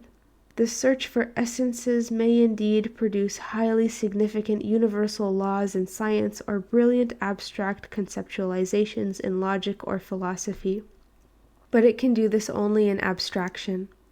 The existence of the given individual thing has to be left out of the picture. For example, we can demonstrate that 3 apples added to 3 make 6, but this would be just as true if we substituted unicorns for apples. It makes no difference to the mathematical truth of the proposition whether apples or unicorns actually exist or not. Reality makes a difference to the person who has the apples, that is, the existential side, but it is irrelevant to the truth of the mathematical proposition. For a more serious example, that all men die is a truth. And to say that such and such a percentage die at such and such ages gives a statistical accuracy to the proposition, but neither of these statements says anything about the fact which really matters most to each of us, namely, that you and I must alone face the fact that at some unknown moment in the future we shall die. In contrast to the essentialist propositions, these latter are existential facts. All this is to say, a proposition can be true without being real. Perhaps just because the abstract has worked so magnificently in certain areas of science, we tend to forget that it necessarily involves a detached viewpoint and that the living individual must be omitted. There remains the chasm between truth and reality, and the crucial question which confronts us in psychology and other aspects of the science of man is precisely this chasm between what is abstractly true and what is existentially real for the given living person. Lest it seem that we are setting up an artificial straw man issue, let us point out that this chasm between truth and reality is openly and frankly admitted by sophisticated thinkers in behavioristic and conditioning psychology. Kenneth W. Spence, a leader of one wing of behavior theory, wrote, quote, "The question of whether any particular realm of behavior phenomena is more real or closer to life and hence should be given priority in investigation does not, or at least should not, arise for the psychologist as scientist." End quote. That is to say, it does not primarily matter whether what is being studied is real or not. What realms, then, should be selected for study? Spence gave priority to phenomena which lend themselves, quote, "to the degrees of control and analysis necessary for the formulation of abstract laws." End quote. Nowhere has our point been put more unabashedly and clearly. What can be reduced to abstract laws is selected, and whether what you are studying has reality or not is irrelevant to this goal. On the basis of this approach, many an impressive system in psychology has been erected, with abstraction piled high upon abstraction, the authors succumbing, as we intellectuals are wont, to their edifice complex, until an admirable and imposing structure is built. The only trouble is that the edifice has more often than not been separated from human reality in its very foundations. Now the thinkers in the existential tradition hold the exact opposite to Spence's view, and so do the psychiatrists and psychologists in the existential psychotherapy movement. They insist that it is necessary and possible to have a science of man which studies human beings in their reality. Kierkegaard, Nietzsche, and those who followed them accurately foresaw this growing split between truth and reality in Western culture, and they endeavored to call Western man back from the delusion that reality can be comprehended in an abstracted, detached way. But though they protested vehemently against arid intellectualism, they were by no means simple activists, nor were they anti-rational. Anti-intellectualism and other movements in our day which make thinking subordinate to acting must not at all be confused with existentialism. Either alternative, making man subject or object, results in losing the living, existing person. Kierkegaard and the existential thinkers appealed to a reality underlying both subjectivity and objectivity. We must not only study a person's experience as such, they held, but even more we must study the man to whom the experience is happening, the one who is doing the experiencing. They insist that reality or being is not the objective of cognitive experience, but is rather existence, is reality as immediately experienced, with the accent on the inner, personal character of man's immediate experience. End quote. This comment, as well as several above, will indicate to the reader how close the existentialists are to present-day depth psychology. It is by no means accidental that the greatest of them in the 19th century, Kierkegaard and Nietzsche, happen also to be among the most remarkable psychologists in the dynamic sense of all time, and that one of the contemporary leaders of this school, Karl Jaspers, was originally a psychiatrist and wrote a notable text on psychopathology. When one reads Kierkegaard's profound analyses of anxiety and despair, or Nietzsche's amazingly acute insights into the dynamics of resentment and the guilt and hostility which accompany repressed emotional powers, one must pinch oneself to realize that one is reading works written in the last century and not some new contemporary psychological analysis. The existentialists are centrally concerned with rediscovering the living person amid the compartmentalization and dehumanization of modern culture, and in order to do this they engage in depth psychological analysis. Their concern is not with isolated psychological reactions in themselves, but rather with the psychological being of the living man who is doing the experiencing. That is to say, they use psychological terms with an ontological meaning. In the winter of 1841, Schelling gave his famous series of lectures at the University of Berlin before a distinguished audience including Kierkegaard, Burckhardt, Engels, Bakunin.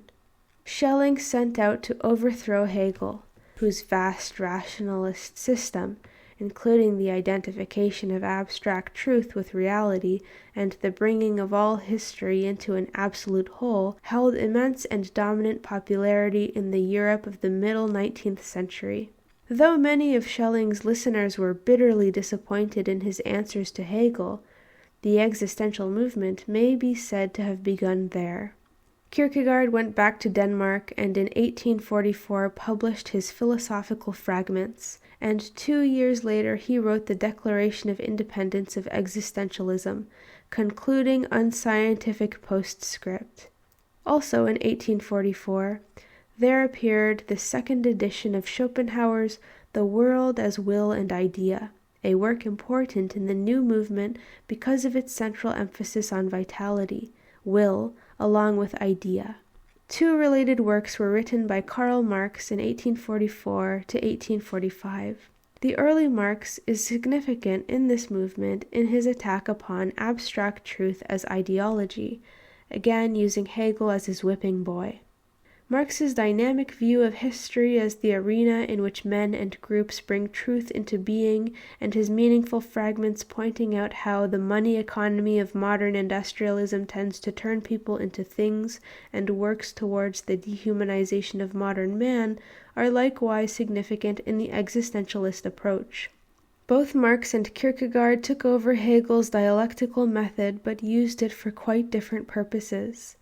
More existential elements were latently present in Hegel, it may be noted, than his antagonists acknowledged. In the following decades, the movement subsided. Kierkegaard remained completely unknown, Schelling's work was contemptuously buried, and Marx and Feuerbach were interpreted as dogmatic materialists. Then a new impetus came in the 1880s with the work of Dilthey, and particularly with Friedrich Nietzsche, the philosophy of life movement, and the work of Bergson. The third and contemporary phase of existentialism came after the shock to the Western world caused by World War I. Kierkegaard and the early Marx were rediscovered, and the serious challenges to the spiritual and psychological bases of Western society given by Nietzsche could no longer be covered over by Victorian self-satisfied placidity. The specific form of this third phase owes much to the phenomenology of Edmund Husserl, which gave to Heidegger, Jaspers, and the others the tool they needed to undercut the subject-object cleavage which had been such a stumbling block in science as well as philosophy. There is an obvious similarity between existentialism in its emphasis on truth as produced in action with the process philosophies, such as Whitehead's, and American pragmatism, particularly as in William James. Martin Heidegger is generally taken as the fountainhead of present-day existential thought. His seminal work, Being and Time, was of radical importance in giving Binswanger and other existential psychiatrists and psychologists the deep and broad basis they sought for understanding the human being. Heidegger's thought is rigorous, logically incisive, and scientific in the European sense of pursuing with unrelenting vigor and thoroughness whatever implications his inquiries led him to. His work is difficult to translate, but Macquarie and Robinson succeeded with regard to Being and Time. Jean-Paul Sartre's best contribution to our subject are his phenomenological descriptions of psychological processes. In addition to Jaspers, other prominent existential thinkers are Gabriel Marcel in France, Nicolas Berdyaev, originally Russian but until his death a resident of Paris, and Ortega y Gasset and Unamuno in Spain. Paul Tillich shows the existential approach in his work, and in many ways his book The Courage to Be is the best and most cogent presentation in English of existentialism as an approach to actual living. The novels of Kafka portray the despairing, dehumanized situation in modern culture from which and to which existentialism speaks. The Stranger and the Plague by Albert Camus represent excellent examples in modern literature in which existentialism is partially self-conscious. But perhaps the most vivid of all portrayals of the meaning of existentialism is to be found in modern art, partly because it is articulated symbolically rather than as self-conscious thought, and partly because art always reveals with special clarity the underlying spiritual and emotional temper of the culture. The common elements in the work of such outstanding representatives of the modern movement as Van Gogh, Cézanne, and Picasso are, first, a revolt against the hypocritical academic tradition of the late 19th century, second, an endeavor to pierce below surfaces to grasp a new relation to the reality of nature, third, an endeavor to recover vitality and honest direct aesthetic experience, and fourth, the desperate attempt to express the immediate underlying meaning of the modern human situation, even when this means portraying despair and emptiness. Tillich, for example, holds that Picasso's painting Guernica gives the most gripping and revealing portrayal of the atomistic, fragmentized condition of European society which preceded World War II and, quote, shows what is now in the souls of many Americans as disruptiveness, existential doubt, emptiness, and meaninglessness, end quote. The fact that the existential approach arose as an indigenous and spontaneous answer to crises in modern culture is shown not only in the fact that it emerged in art and literature, but also in the fact that different philosophers in diverse parts of Europe often developed these ideas without conscious relation to each other. Though Heidegger's main work, Being and Time, was published in 1927, Ortega y Gasset, already in 1924, had developed and partially published strikingly similar ideas in The Dehumanization of Art and other writings on art and culture. It is true that existentialism had its birth in a time of cultural crisis, and it is always found in our day on the sharp revolutionary edge of modern art, literature, and thought. To my mind, this fact speaks for the validity of its insights rather than the reverse. When a culture is caught in the profound convulsions of a transitional period, the individuals in the society understandably suffer spiritual and emotional upheaval. And finding that the accepted mores and ways of thought no longer yield security, they tend either to sink into dogmatism and conformism, giving up awareness, or are forced to strive for a heightened self-consciousness by which to become aware of their existence with new conviction and on new bases. This is one of the most important affinities of the existential movement with psychotherapy.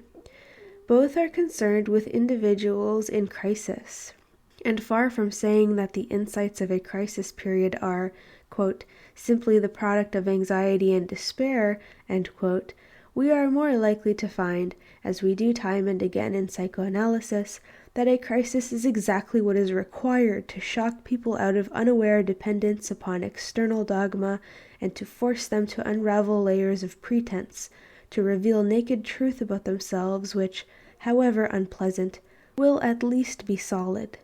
Existentialism is an attitude which accepts man as always becoming, which means potentially in crisis.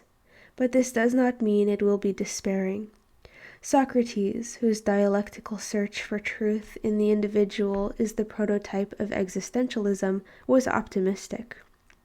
But this approach is understandably more apt to appear in ages of transition, when one age is dying and the new one not yet born, and the individual is either homeless and lost or achieves a new self-consciousness. In the period of transition from medievalism to the Renaissance, a moment of radical upheaval in Western culture, Pascal describes powerfully the experience the existentialists later were to call Dasein. Quote, "When I consider the brief span of my life, swallowed up in the eternity before and behind it, the small space that I fill, or even see, engulfed in the infinite immensity of spaces which I know not, and which know not me, I am afraid, and wonder to see myself here rather than there. For there is no reason why I should be here rather than there, now rather than then." End quote. Rarely has the existential problem been put more simply or beautifully. In this passage we see, first, the profound realization of the contingency of human life which existentialists call thrownness. Second, we see Pascal facing unflinchingly the question of being there, or more accurately, being where. Third, we see the realization that one cannot take refuge in some superficial explanation of time and space, which Pascal, scientist as he was, could well know. And last, the deep shaking anxiety arising from this stark awareness of existence in such a universe. It remains, finally, to note the relation between existentialism and Oriental thought as shown in the writings of Lao Tzu and Zen Buddhism. The similarities are striking. One sees this immediately in glancing at some quotations from Lao Tzu's The Way of Life. Quote, "Existence is beyond the power of words to define. Terms may be used, but none of them is absolute. Existence, by nothing bred, breeds everything, parent of the universe. Existence is infinite, not to be defined, and though it seem but a bit of wood in your hand, to carve as you please, it is not to be lightly played with and laid down. The way to do is to be. Rather abide at the center of your being, for the more you leave it, the less you learn." End quotes. One gets the same shock of similarity in Zen Buddhism. The likeness between these Eastern philosophies and existentialism go much deeper than the chance similarity of words. Both are concerned with ontology, the study of being. Both seek a relation to reality which cuts below the cleavage between subject and object. Both would insist that the Western absorption in conquering and gaining power over nature has resulted not only in the estrangement of man from nature, but also indirectly in the estrangement of man from himself. The basic reason for these similarities is that Eastern thought never suffered the radical split between subject and object that has characterized Western thought, and this dichotomy is exactly what existentialism seeks to overcome. The two approaches are not at all to be identified. They are on different levels. Existentialism is not a comprehensive philosophy or way of life, but an endeavor to grasp reality. The chief specific difference between the two, for our purposes, is that existentialism is immersed in and arises directly out of Western man's anxiety, estrangement, and conflicts, and is indigenous to our culture. Like psychoanalysis, existentialism seeks not to bring in answers from other cultures, but to utilize these very conflicts in contemporary personality as avenues to the more profound self-understanding of Western man, and to find the solutions to our problems in direct relation to the historical and cultural crises which gave the problems birth. In this respect, the particular value of Eastern thought is not that it can be transferred, ready-born like Athena, to the Western mind, but rather that it serves as a corrective to our biases and highlights the erroneous assumptions that have led Western development to its present problems. The present widespread interest in Oriental thought in the Western world is, to my mind, a reflection of the same cultural crises, the same sense of estrangement, the same hunger to get beyond the vicious circle of dichotomies which called forth the existentialist movement. Chapter 4. How Existentialism and Psychoanalysis Arose Out of the Same Cultural Situation. We shall now look at the remarkable parallel between the problems of modern man, to which the existentialists on one hand and psychoanalysts on the other devote themselves. From different perspectives and on different levels, both analyze anxiety, despair, alienation of man from himself and his society, and both seek a synthesis of integration and meaning in the person's life. Freud describes the neurotic personality of the late 19th century as one suffering from fragmentation, that is, from repression of instinctual drives, blocking off of awareness, loss of autonomy, weakness and passivity of the ego, together with the various neurotic symptoms which result from this fragmentation. Kierkegaard, who wrote the only known book before Freud specifically devoted to the problem of anxiety, analyzes not only anxiety but particularly the depression and despair which result from the individual's self-estrangement, an estrangement he proceeds to classify in its different forms and degrees of severity. Nietzsche proclaims, 10 years before Freud's first book, that the disease of contemporary man is that his soul had gone stale, he is fed up, and that all about there is a bad smell, the smell of failure. The leveling and diminution of European man is our greatest danger.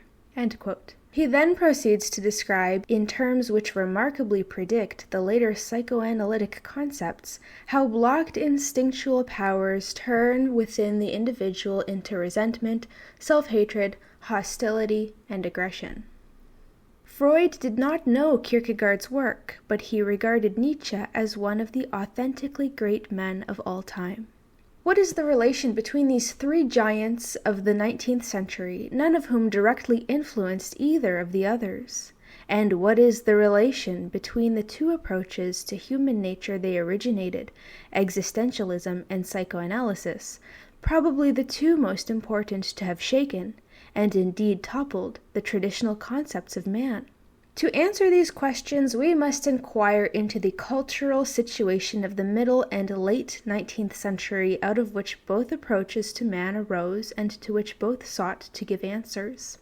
The real meaning of a way of understanding human beings, such as existentialism or psychoanalysis, can never be seen in abstracto, detached from its world, but only in the context of the historical situation which gave it birth. Thus, the historical discussions to follow are not at all detours from our central aim.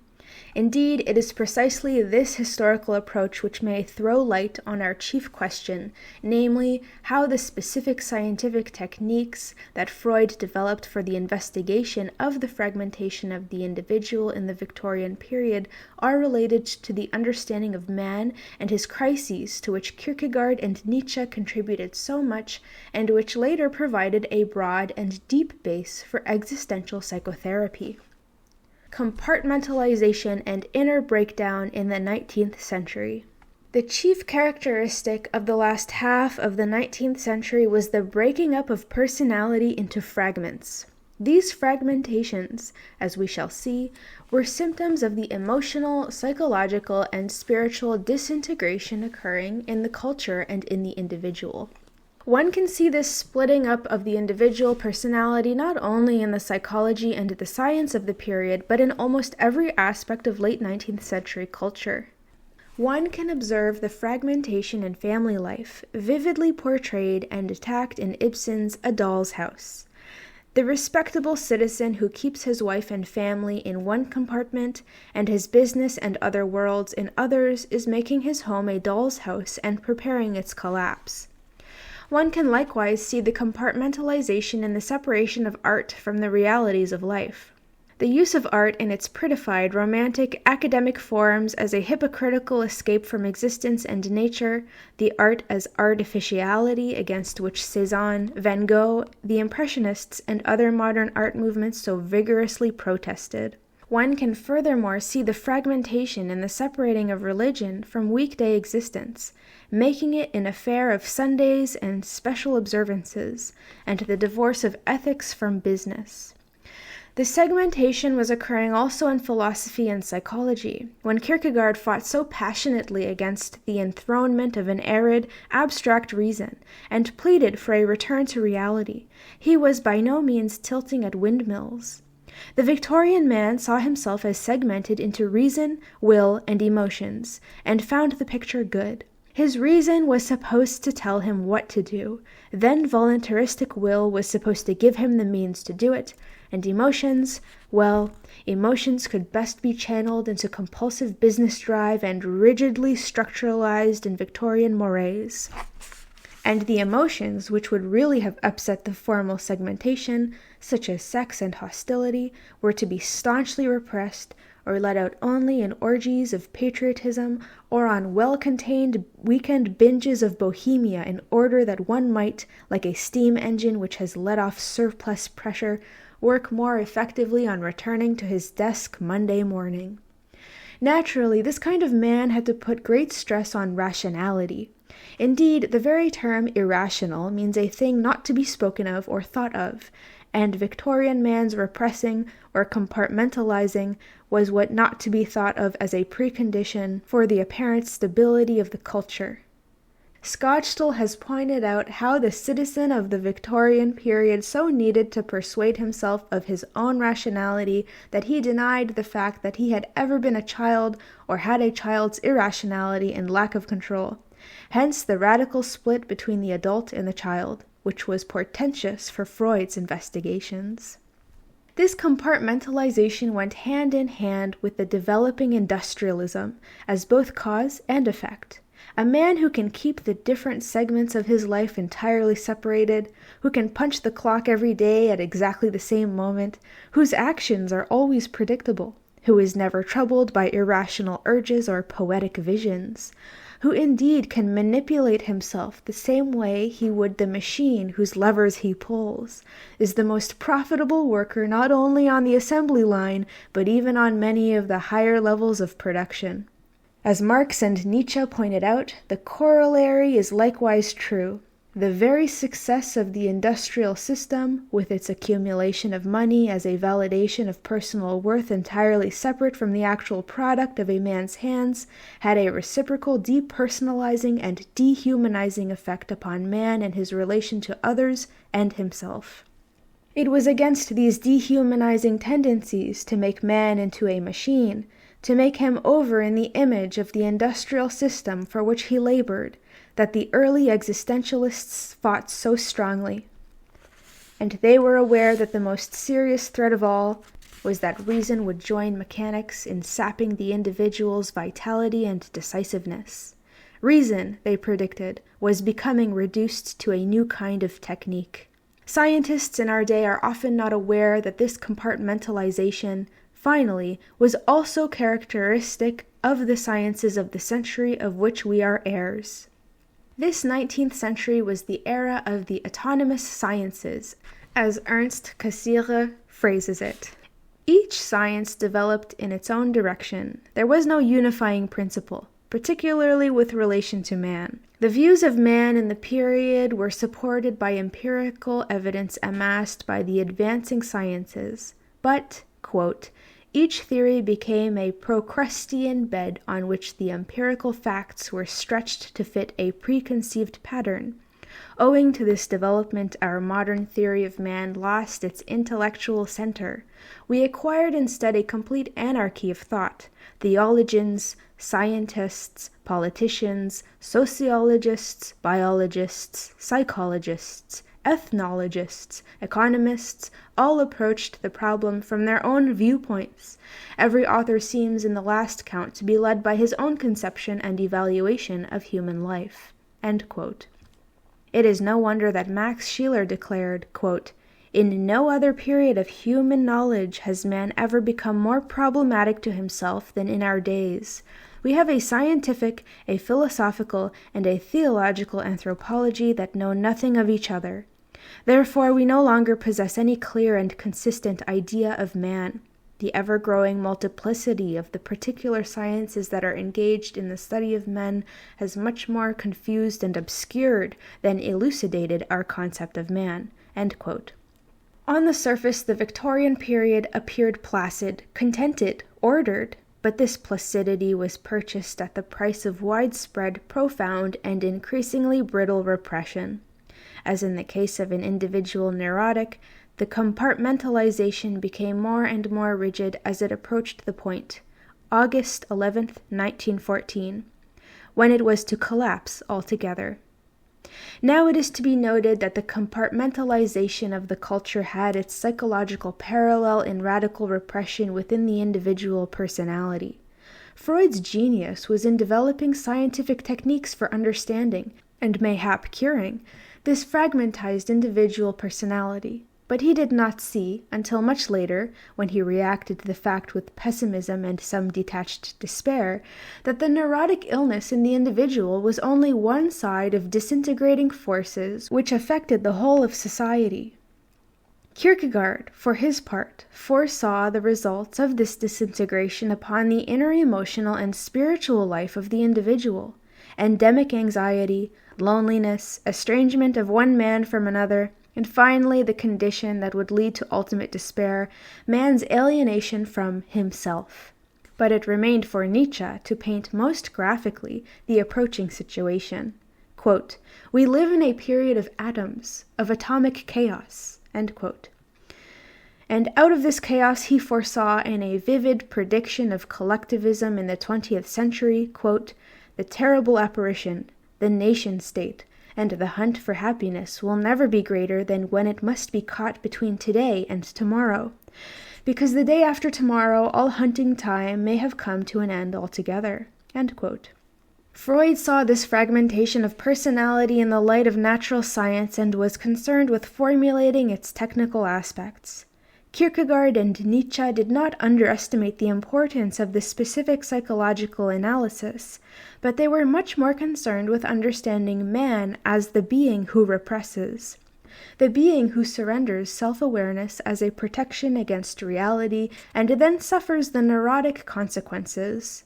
The strange question is, what does it mean that man, the being in the world who can be conscious that he exists and can know his existence, should choose or be forced to choose to block off this consciousness and should suffer anxiety, compulsions for self-destruction, and despair? Kierkegaard and Nietzsche were keenly aware that the sickness of soul of Western man was a deeper and more extensive morbidity than could be explained by the specific individual or social problems. Something was radically wrong in man's relation to himself. Man had become fundamentally problematic to himself. Quote, "This is Europe's true predicament," declared Nietzsche. "Together with the fear of man, we have lost the love of man, confidence in man, indeed, the will to man." End quote. Chapter 5. Kierkegaard, Nietzsche, and Freud.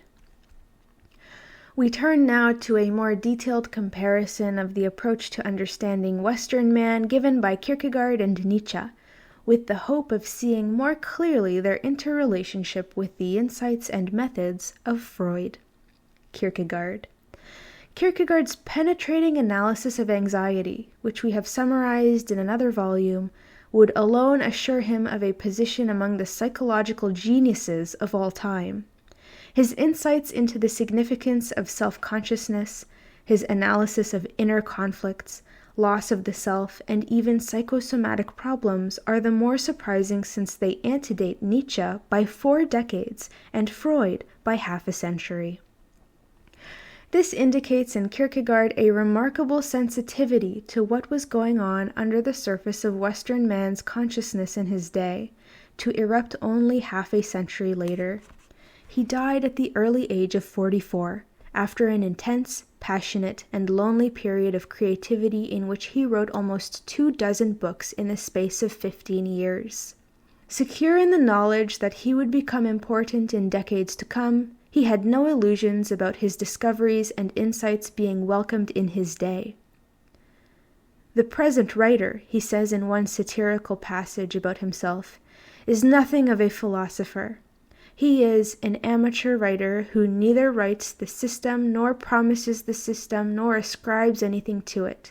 He can easily foresee his fate in an age when passion has been obliterated in favor of learning.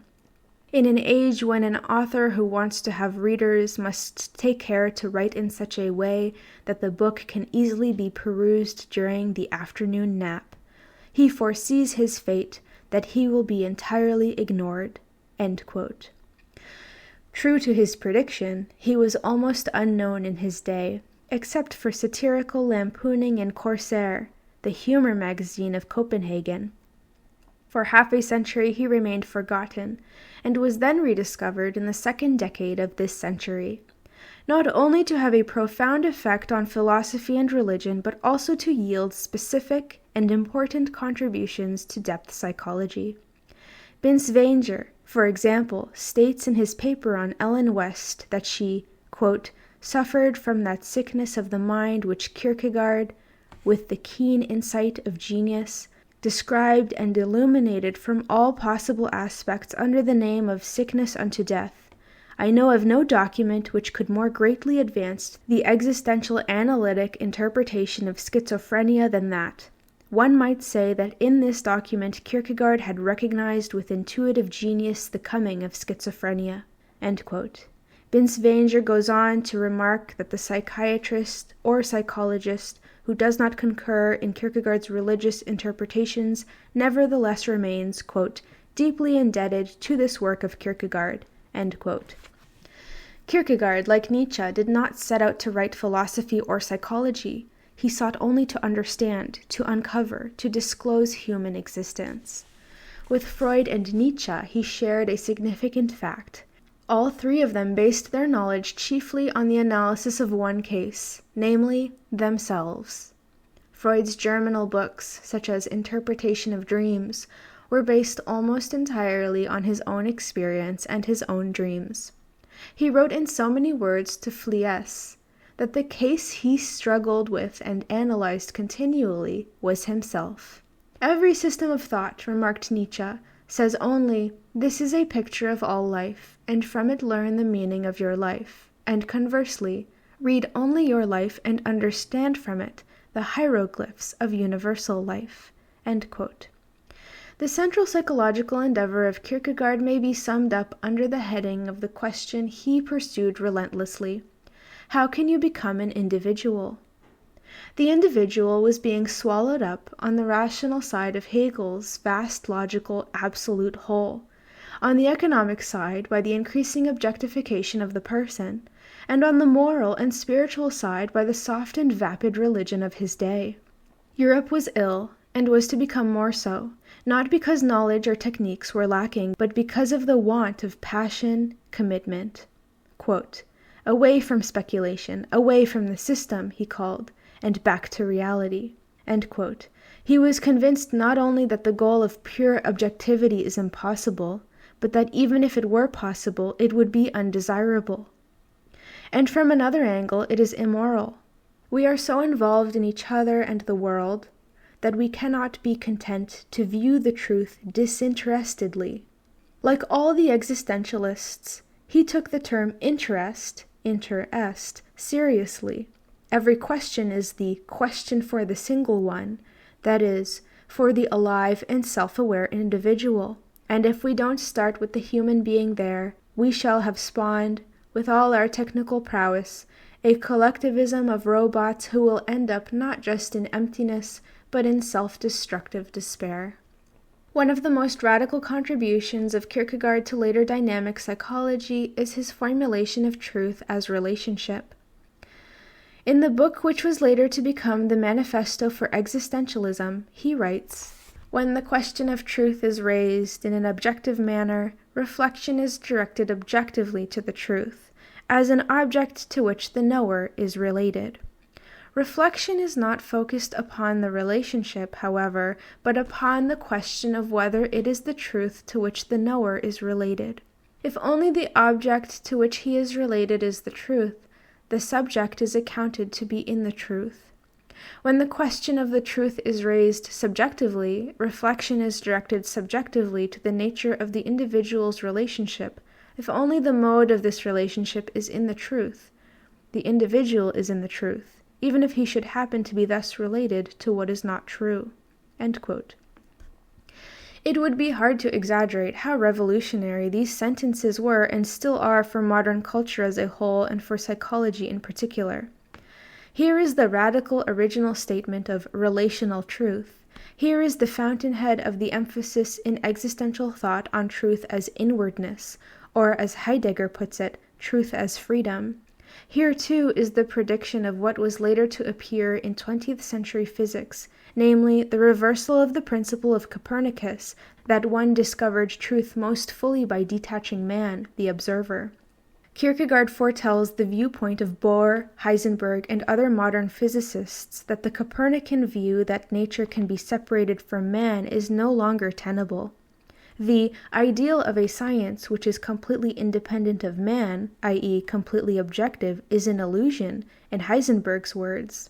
Here is, in Kierkegaard's paragraph, the forerunner of relativity and the other viewpoints which affirm that the human being who is engaged in studying the natural phenomena is in a particular and significant relationship to the objects studied, and he must make himself part of his equation. That is to say, the subject, man, can never be separated from the object which he observes.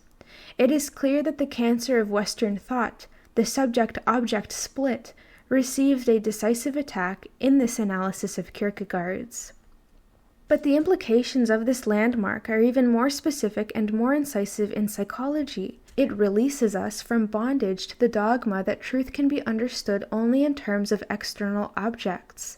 It opens up the vast provinces of inner subjective reality and indicates that such reality may be true even though it contradicts objective fact. This was the discovery Freud was later to make when, somewhat to his chagrin, he learned that the childhood rape memories so many of his patients confessed were generally lies from a factual point of view, the rape never having in fact occurred. But it turned out that the experience of rape was as potent even if it existed only in fantasy, and that in any case the crucial question was how the patient reacted to the rape rather than whether it was true or false in fact. We have thus the opening of a continent of new knowledge about inner dynamics when we take the approach that the relation to a fact or person or situation is what is significant for the patient or person we are studying, and the question of whether or not something objectively occurred is on a quite different level. Let us, to avoid misunderstanding, emphasize even at the price of repetition that this truth as relationship principle does not in the slightest imply a sloughing off of the importance of whether or not something is objectively true. This is not the point. Kierkegaard is not to be confused with the subjectivists or idealists. He opens up the subjective world without losing objectivity. Certainly, one has to deal with the real objective world. Kierkegaard, Nietzsche, and their ilk took nature more seriously than many who call themselves naturalists. The point, rather, is that the meaning for the person of the objective fact, or fantasied one, depends on how he relates to it. There is no existential truth which can omit the relationship. An objective discussion of sex, for example, may be interesting and instructive, but once one is concerned with a given person, the objective truth depends for its meaning upon the relationship between that person and the sexual partner, and to omit this factor not only constitutes an evasion, but cuts us off from seeing reality.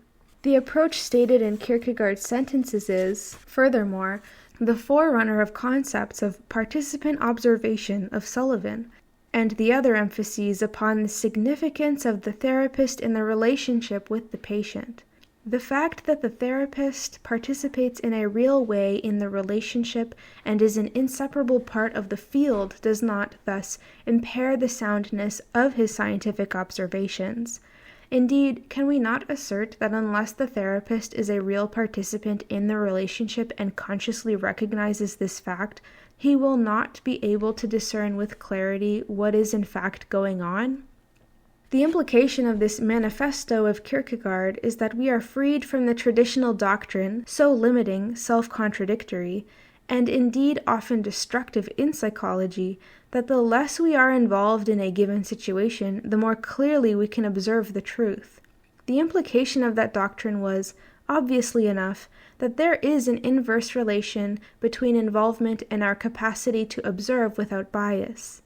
And the doctrine became so well enshrined that we overlooked another one of its clear implications, namely, that he will most successfully discover truth who is not the slightest bit interested in it. No one would argue against the obvious fact that disruptive emotions interfere with one's perception. In this sense, it is self-evident that anyone in a therapeutic relationship, or any person observing others, for that matter, must clarify very well what his particular emotions and involvement are in the situation. But the problem cannot be solved by detachment and abstraction. That way we end up with a handful of sea foam, and the reality of the person has evaporated before our eyes. The clarification of the pole in the relationship represented by the therapist can only be accomplished by a fuller awareness of the existential situation, that is, the real living relationship. When we are dealing with human beings, no truth has reality by itself. It is always dependent upon the reality of the immediate relationship. A second important contribution of Kierkegaard to dynamic psychology lies in his emphasis upon the necessity of commitment. This follows from the points already made above. Truth becomes reality only as the individual produces it in action, which includes producing it in his own consciousness. Kierkegaard's point has the radical implication that we cannot even see a particular truth unless we already have some commitment to it. It is well known to every therapist that patients can talk theoretically and academically from now till doomsday about their problems and not really be affected. Indeed, particularly in cases of intellectual and professional patients, this very talking, though it may masquerade under the cloak of unbiased and unprejudiced inquiry into what is going on, is often the defense against seeing the truth and against committing oneself. A defense indeed against one's own vitality. The patient's talking will not help him to get to the reality until he can experience something or some issue in which he has an immediate and absolute stake.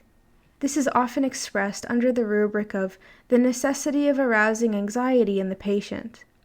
I believe, however, that this puts the matter too simply and partially.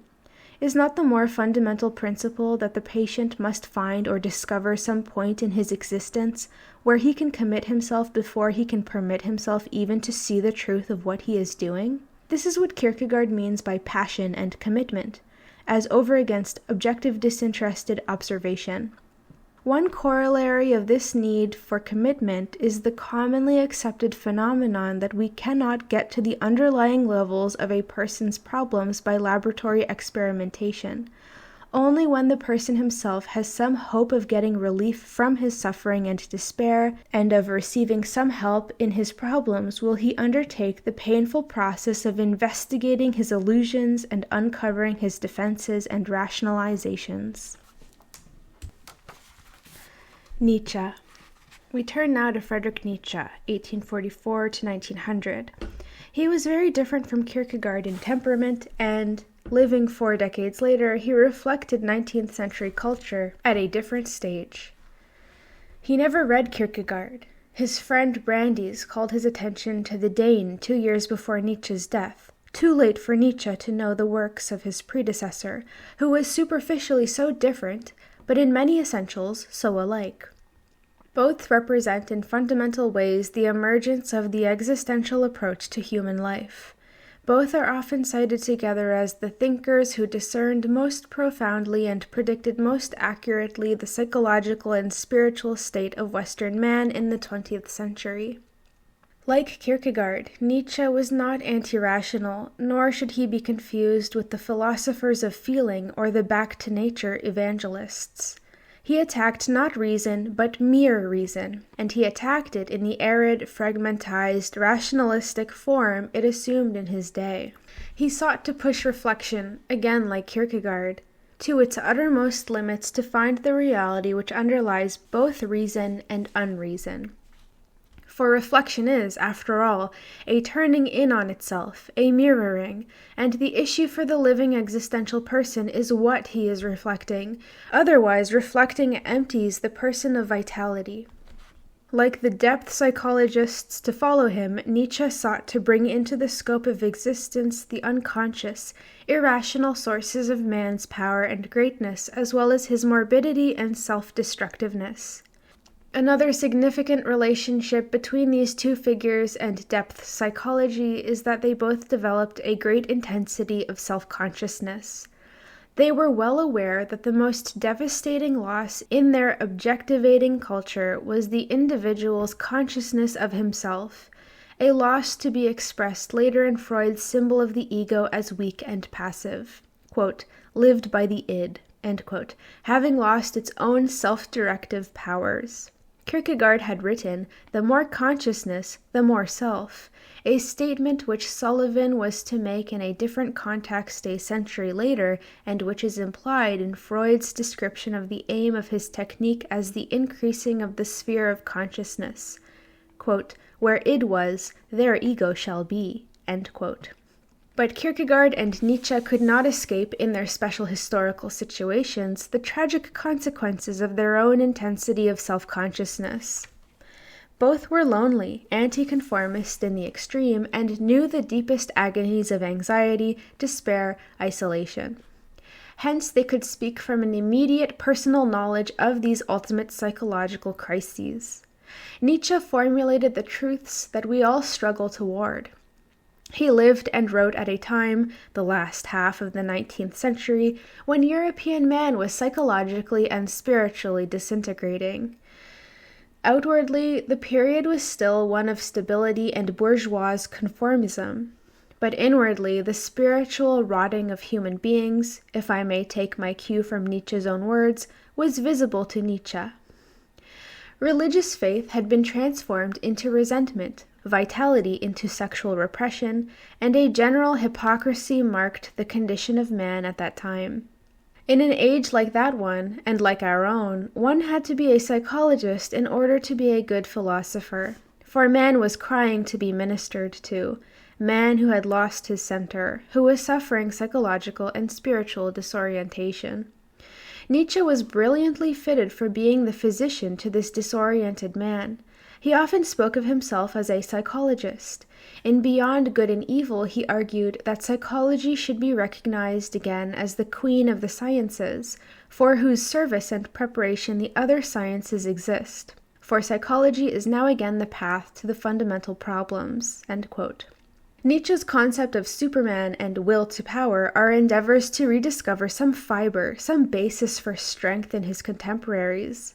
The widespread view that Nietzsche was nihilistic, that he was the enemy of religion, the enemy of morality and almost everything else, is a radical misunderstanding.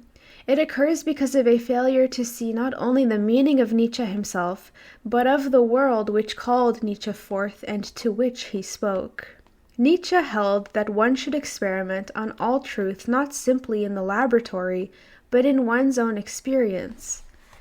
Every truth should be faced with the question, can one live it? All truths, he put it, are bloody truths for me. Hence his famous phrase, error is cowardice. In taking religious leaders to task for their being alien to intellectual integrity, he argues that they never make their experiences a matter of conscience for knowledge. What have I really experienced? What happened then in me and around me? Was my reason bright enough? Was my will turned against all deceptions? Thus none of them questioned. We, however, we others who thirst for reason want to look our experiences in the eye as severely as at a scientific experiment. We ourselves want to be our experiments and guinea pigs. End quote.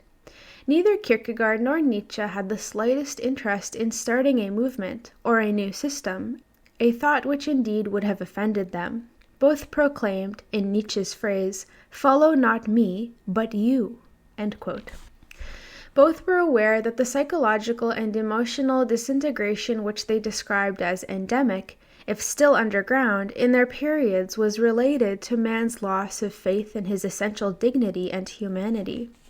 Here they expressed a diagnosis to which very little attention was paid among the schools of psychotherapy until the past decade, when man's loss of faith in his own dignity began to be seen as a real and serious aspect of modern problems. This loss, in turn, was related to the breakdown of the convincing and compelling power of the two central traditions which had given a basis for values in Western society, namely the Hebrew Christian and the humanistic. Such is the presupposition of Nietzsche's powerful parable, God is Dead. Kierkegaard had passionately denounced, with almost nobody listening, the softened, vapid, and anemic trends in Christianity. By Nietzsche's time, the deteriorated forms of theism and emotionally dishonest religious practices had become part of the illness and had to die. Roughly speaking, Kierkegaard speaks out of a time when God is dying, Nietzsche when God is dead. Both were radically devoted to the nobility of man, and both sought some basis on which this dignity and humanity could be re-established. This is the meaning of Nietzsche's man of power and Kierkegaard's true individual. One of the reasons Nietzsche's influence upon psychology and psychiatry has so far been unsystematic, limited to a chance quotation of an aphorism here and there, is precisely that his mind is so unbelievably fertile, leaping incredibly from insight to flashing insight. The reader must take care not to be carried away in uncritical admiration or, on the other hand, to overlook Nietzsche's real importance because the richness of his thought beggars all our tidy categories. Hence we shall here endeavor briefly to clarify more systematically some of his central points. The first essential thing about Nietzsche's philosophy is that he uses psychological terms with an ontological meaning. He shares this characteristic with fellow existentialists, such as Kierkegaard, Sartre, Heidegger. Despair, will, anxiety, guilt, loneliness, these normally refer to psychological conditions, but for Nietzsche, they refer to states of being. Anxiety, for example, is not an affect that you can feel at some times and not at others. It refers rather to a state of existence. It is not something we have, but something we are. The same holds for will. The term will in Nietzsche also refers to a basic feature of our existence. It is potentially present at all times. Without it, we would not be human beings. The acorn becomes an oak regardless of any choice, but man cannot realize his being except as he wills it in his encounters. In animals and plants, nature and being are one, but in man, nature and being are never to be identified. Nietzsche heaps scorn on those who still suffer under this illusion and who want to live simply according to nature. In Beyond Good and Evil, he cries, "According to nature you want to live? Oh, you noble Stoics! What deceptive words these are! Imagine a being like nature, wasteful beyond measure, indifferent beyond measure, without purpose and consideration, without mercy and justice, fertile and desolate and uncertain at the same time. Imagine indifference itself as a power. How could you live according to this indifference?" End quote. Human values are not given us by nature, but are set for us as tasks to be achieved. It is clear that using these psychological terms with an ontological significance gives them a much more profound and powerful meaning. I believe this use of psychological terms with ontological meaning occurs in all periods when values are in transition. It certainly occurred in Greek history in the 1st and 2nd centuries BC. If I alone am in despair, I may be upset by it, but I can look around at others who are not in despair. That's some comfort. But if everyone is in despair, if society is in radical transition, then we are in despair en masse. Then it is a different thing. We have no North Star to steer by. If our anxiety is not blocked by apathy, it tends to move into panic. This very apathy is a defense against the panic which would occur if one really did let oneself feel. We are then in a condition somewhat like Bosch's paintings of hell. Every mooring place is gone, and human beings in droves are herded into the fires. In such times, the ontological use of psychological terms represents an endeavor to gain some new basis, some new foundation for our values. This is what Nietzsche was struggling for. Finally, there is the question of the contribution to psychology of Nietzsche's concept of power, and specifically the will to power. The nearmost essence of being, Nietzsche writes, is will to power. In academic psychology, not only is this idea of Nietzsche's not recognized, but the concept of power itself is completely repressed. Sometimes, to be sure, it is subsumed under will, but will also has been largely ignored since the days of William James. I think the general repression of power and of the topic of power has been lamentable in the extreme. The choice of substitute terms is very revealing. Take, for example, the concept of control. Control is a substitute expression for power, which puts the accent on my right to exert power over you. It would be clearer to use the word power to begin with. What is the meaning of power in the development of this concept? The phrase will to power means self-actualization. Nietzsche was protesting against the weak, anemic European man he saw emerging on all sides. The will to power is a call to man to avoid the putrescence and to affirm himself in his existence with strength and commitment. The will to power is built into every individual because it is inseparable from life itself. Wherever I found life, writes Nietzsche, there I found the will to power. His concept of will to power implies the self-realization of the individual in the fullest sense. It requires the courageous living out of the individual's potentialities in his own particular existence. Like all existentialists, Nietzsche is not using psychological terms to describe psychological attributes or faculties or a simple pattern of behavior such as aggression or power over someone. Will to power, rather, is an ontological category, that is to say, an inseparable aspect of being. It does not refer to aggression or competitive striving or any such mechanism. It is the individual affirming his existence and his potentialities as a being in his own right. It is the courage to be as an individual, as Tillich remarks in his discussion of Nietzsche. The word power is used by Nietzsche in the classical sense of potentia, dynamis. Kaufmann succinctly summarizes Nietzsche's belief at this point. Man's task is simple. He should cease letting his existence be a thoughtless accident. Not only the use of the word existence, but the thought which is at stake, suggests that this essay is particularly close to what is today called existence philosophy. Man's fundamental problem is to achieve true existence, instead of letting his life be no more than just another accident. In The Gay Science, Nietzsche hits on a formulation which brings out the essential paradox of any distinction between self and true self.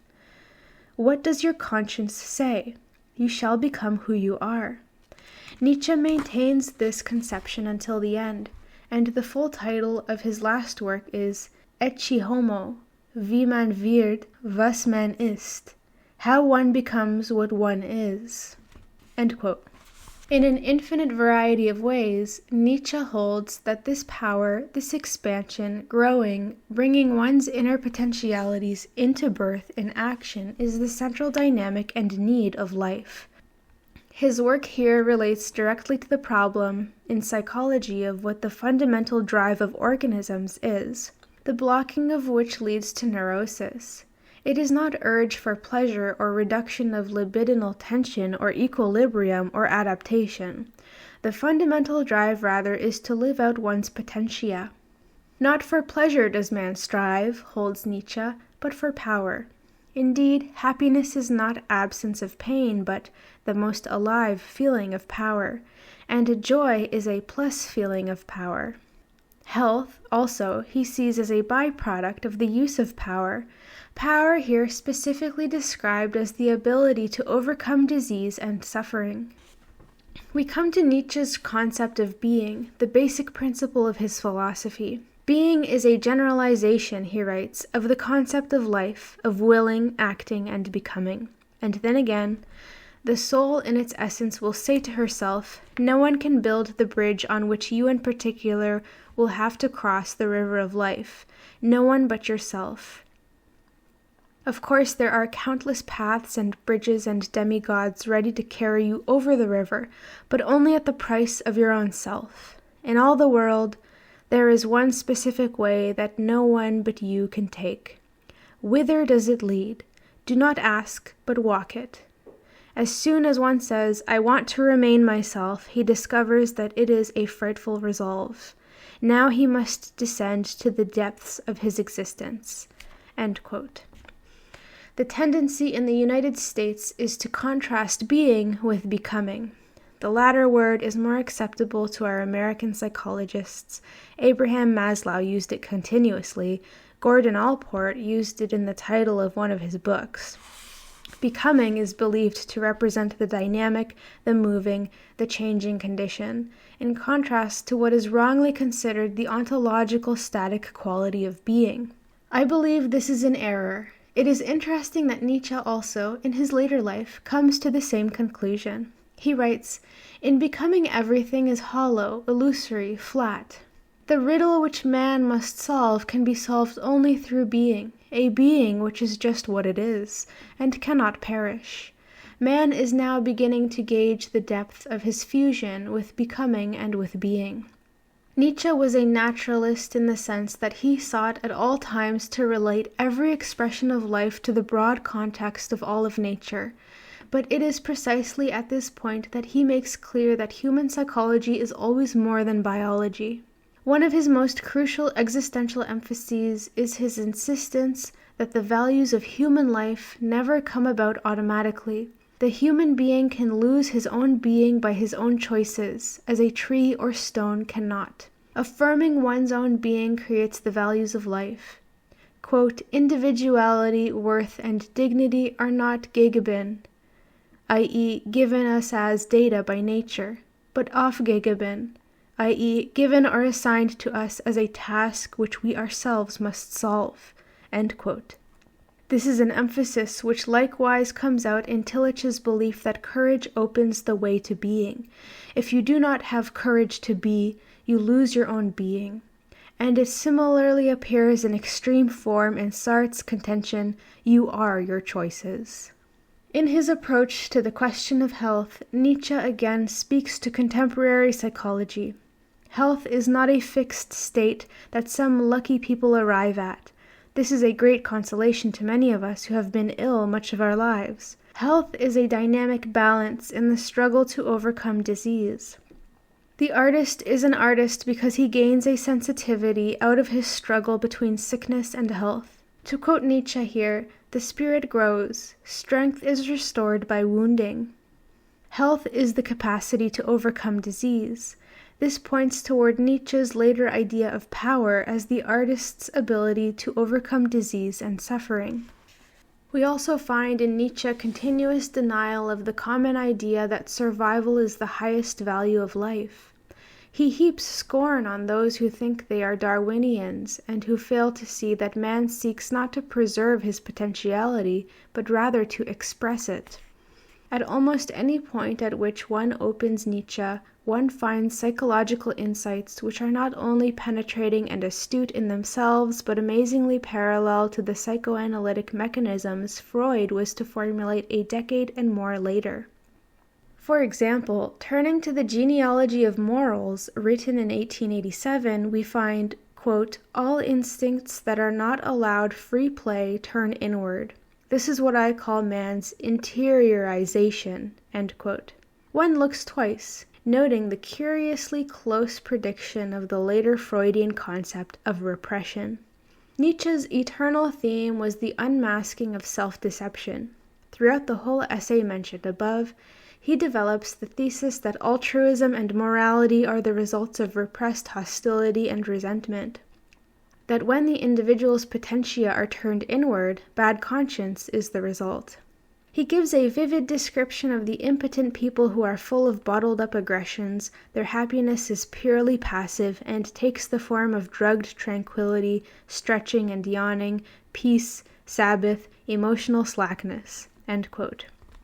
This interned aggression breaks out in sadistic demands on others, the process which later was to be designated in psychoanalysis as symptom formation, and the demands clothe themselves as morality, the process which Freud later called reaction formation. In its earliest phase, Nietzsche writes, bad conscience is nothing other than the instinct of freedom forced to become latent, driven underground and forced to vent its energy upon itself. End quote. At other points, we find staring us in the face striking formulations of sublimation, a concept which Nietzsche specifically developed. Speaking of the connection between a person's artistic energy and sexuality, he says that it may well be that the emergence of the aesthetic condition does not suspend sensuality, as Schopenhauer believed, but merely transmutes it in such a way that it is no longer experienced as a sexual incentive." End quote. Nietzsche asserts that joy does not come from submission and abnegation, but from assertion. "Joy is only a symptom," he writes, "of a feeling of attained power." The essence of joy, again, is a plus feeling of power. Far from being a destructive, nihilistic thinker, Nietzsche turns out, on deeper inspection, to be profoundly constructive. And he is constructive in a way that seems the only way for our day. In the degree of apathy, indeed the degree of neurotic apathy, that exists in our country, and the suppression, not only of anxiety, but even more deeply of guilt, we greatly need Nietzsche's gospel. This is why Nietzsche is the therapist for the therapists in our time. Freud and Nietzsche. What, then, are we to conclude from this remarkable parallel between Nietzsche's ideas and Freud's? The similarity was known to the circle around Freud. One evening in 1908, the Vienna Psychoanalytic Society had as its program a discussion of Nietzsche's genealogy of morals. Freud mentioned that he had tried to read Nietzsche, but found Nietzsche's thought so rich he renounced the attempt. Freud then stated that, quote, "Nietzsche had a more penetrating knowledge of himself than any other man who ever lived or was ever likely to live." End quote. This judgment, repeated on several occasions, was, as Jones remarks, no small compliment from the inventor of psychoanalysis. Freud always had a strong but ambivalent interest in philosophy. He distrusted and even feared it. Jones points out that this distrust was on personal as well as intellectual grounds. One of the reasons was his suspicion of arid intellectual speculation, a point on which Kierkegaard, Nietzsche, and the other existentialists would have enthusiastically agreed with him. In any case, Freud felt that his own potential proclivity for philosophy, quote, "needed to be sternly checked, and for that purpose he chose the most effective agency, scientific discipline." End quote. At another point, Jones remarks, quote, "The ultimate questions of philosophy were very near to him in spite of his endeavor to keep them at a distance and of distrusting his capacity to solve them." End quote. Nietzsche's works may not have had a direct, but most certainly had an indirect, influence on Freud. It is clear that the ideas which were later to be formulated in psychoanalysis were in the air in the Europe of the end of the 19th century. The fact that Kierkegaard, Nietzsche, and Freud all dealt with the same problems of anxiety, despair, fragmentalized personality, and the symptoms of these bears out our earlier thesis that psychoanalysis and the existential approach to human crises were called forth by and were answers to the same problems. It does not detract from the genius of Freud to point out that probably almost all of the specific ideas which later appeared in psychoanalysis could be found in Nietzsche in greater breadth and in Kierkegaard in greater depth. But the particular genius of Freud lies in his translating these depth psychological insights into the natural scientific framework of his day. For this task he was admirably fitted. In temperament highly objective and rationally controlled, indefatigable, and capable of taking the infinite pains necessary for his systematic work. He did accomplish something new under the sun, namely, the transmuting into the scientific stream of Western culture the new psychological concepts, where they could be studied with some objectivity, built upon, and within certain limits rendered teachable. But is not the very genius of Freud and of psychoanalysis likewise also its greatest danger and most serious shortcoming? For the translation of depth psychological insights into objectivated science had results which could have been foreseen. One such result has been the limiting of the sphere of investigation in man to what fits this sphere of science. Binswanger points out that Freud deals only with the homo natura, and that, whereas his methods admirably fitted him for exploring the Umwelt, the world of man in his biological environment, They by the same token prevented him from comprehending fully the Mitwelt, man in personal relations with fellow men, and the Eigenwelt, the sphere of man in relation to himself. Another more serious practical result has been, as we shall indicate later in our discussion of the concepts of determinism and passivity of the ego, a new tendency to objectivate personality and to contribute to the very developments in modern culture which caused the difficulties in the first place. We now come to a very important problem, and in order to understand it, we need to make one more preliminary distinction. That is between reason, as the term was used in the 17th century, and the Enlightenment and technical reason today. Freud held a concept of reason which came directly from the Enlightenment, namely, ecstatic reason, and he equated this with science. This use of reason involves, as seen in Spinoza and the other thinkers of the 17th and 18th centuries, a confidence that reason can by itself comprehend all problems. But those thinkers were using reason as including the capacity to transcend the immediate situation, to grasp the whole, and such functions as intuition, insight, poetic perception were not rigidly excluded. The concept also embraced ethics. Reason in the Enlightenment meant justice. Much, in other words, that is called irrational in our day was included in their idea of reason. This accounts for the tremendous and enthusiastic faith they could lodge in it. But by the end of the 19th century, as Tillich demonstrates most cogently, this ecstatic character had been lost. Reason had become technical reason, reason married to techniques, reason as functioning best when devoted to isolated problems, reason as an adjunct and subordinate to industrial progress. Reason as separated from emotion and will, reason indeed as opposed to existence. The reason finally which Kierkegaard and Nietzsche so strongly attacked. Now, part of the time Freud uses the concept of reason in the ecstatic form, as when he speaks of reason as our salvation, reason as our only recourse, and so on. Here, one gets the anachronistic feeling that his sentences are directly out of Spinoza or some writer of the Enlightenment. Thus, he tried on the one hand to preserve the ecstatic concept, tried to save the view of man and reason which transcends techniques. But, on the other hand, in equating reason with science, Freud makes it technical reason. His great contribution was his effort to overcome the fragmentation of man by bringing man's irrational tendencies into the light, bringing unconscious, split-off, and repressed aspects of personality into consciousness and acceptance. But the other side of his emphasis, namely the identification of psychoanalysis with technical reason, is an expression of the precise fragmentation which he sought to cure. It is not unfair to say that the prevailing trend in the development of psychoanalysis in late decades, particularly after the death of Freud, has been to reject his efforts to save reason in its ecstatic form, and to accept exclusively the latter, namely, reason in its technical form. This trend is generally unnoticed, since it fits in so well with dominant trends in our whole culture. But we have already noted that seeing man and his functions in their technical form is one of the central factors in the compartmentalization of contemporary man. Thus, a critical and serious dilemma faces us.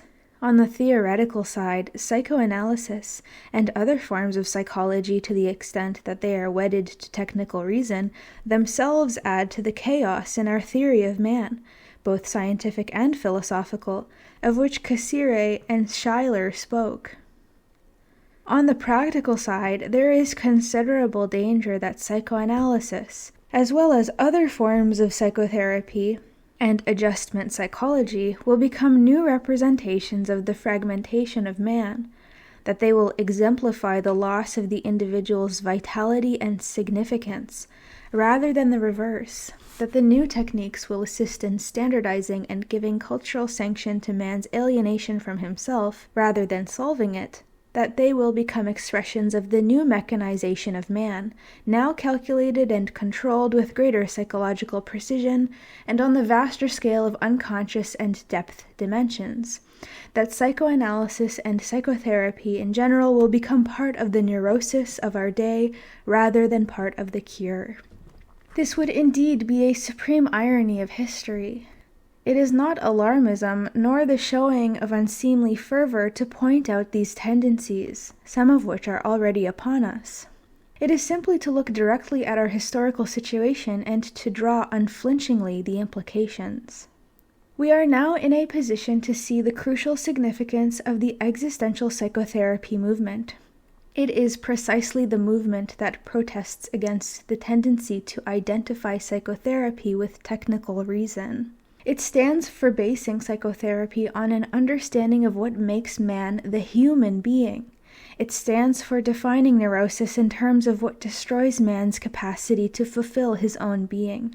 We have seen that Kierkegaard and Nietzsche, as well as the representatives of the existential cultural movement following them, not only contributed far-reaching and penetrating psychological insights, which in themselves form a significant contribution to anyone seeking scientifically to understand modern psychological problems, but also did something else. They placed these insights on an ontological basis, namely, the study of man as the being who has these particular problems.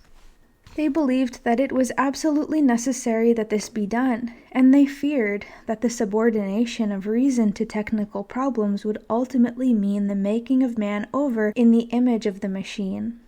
Science, Nietzsche had warned, is becoming a factory, and the result will be ethical nihilism. Existential psychotherapy is the movement which, although standing on one side of the scientific analysis owed chiefly to the genius of Freud, also brings back into the picture the understanding of man on the deeper and broader level, man as the being who is human. It is based on the assumption that it is possible to have a science of man which does not fragmentize man and destroy his humanity at the same moment it studies him. It unites science and ontology.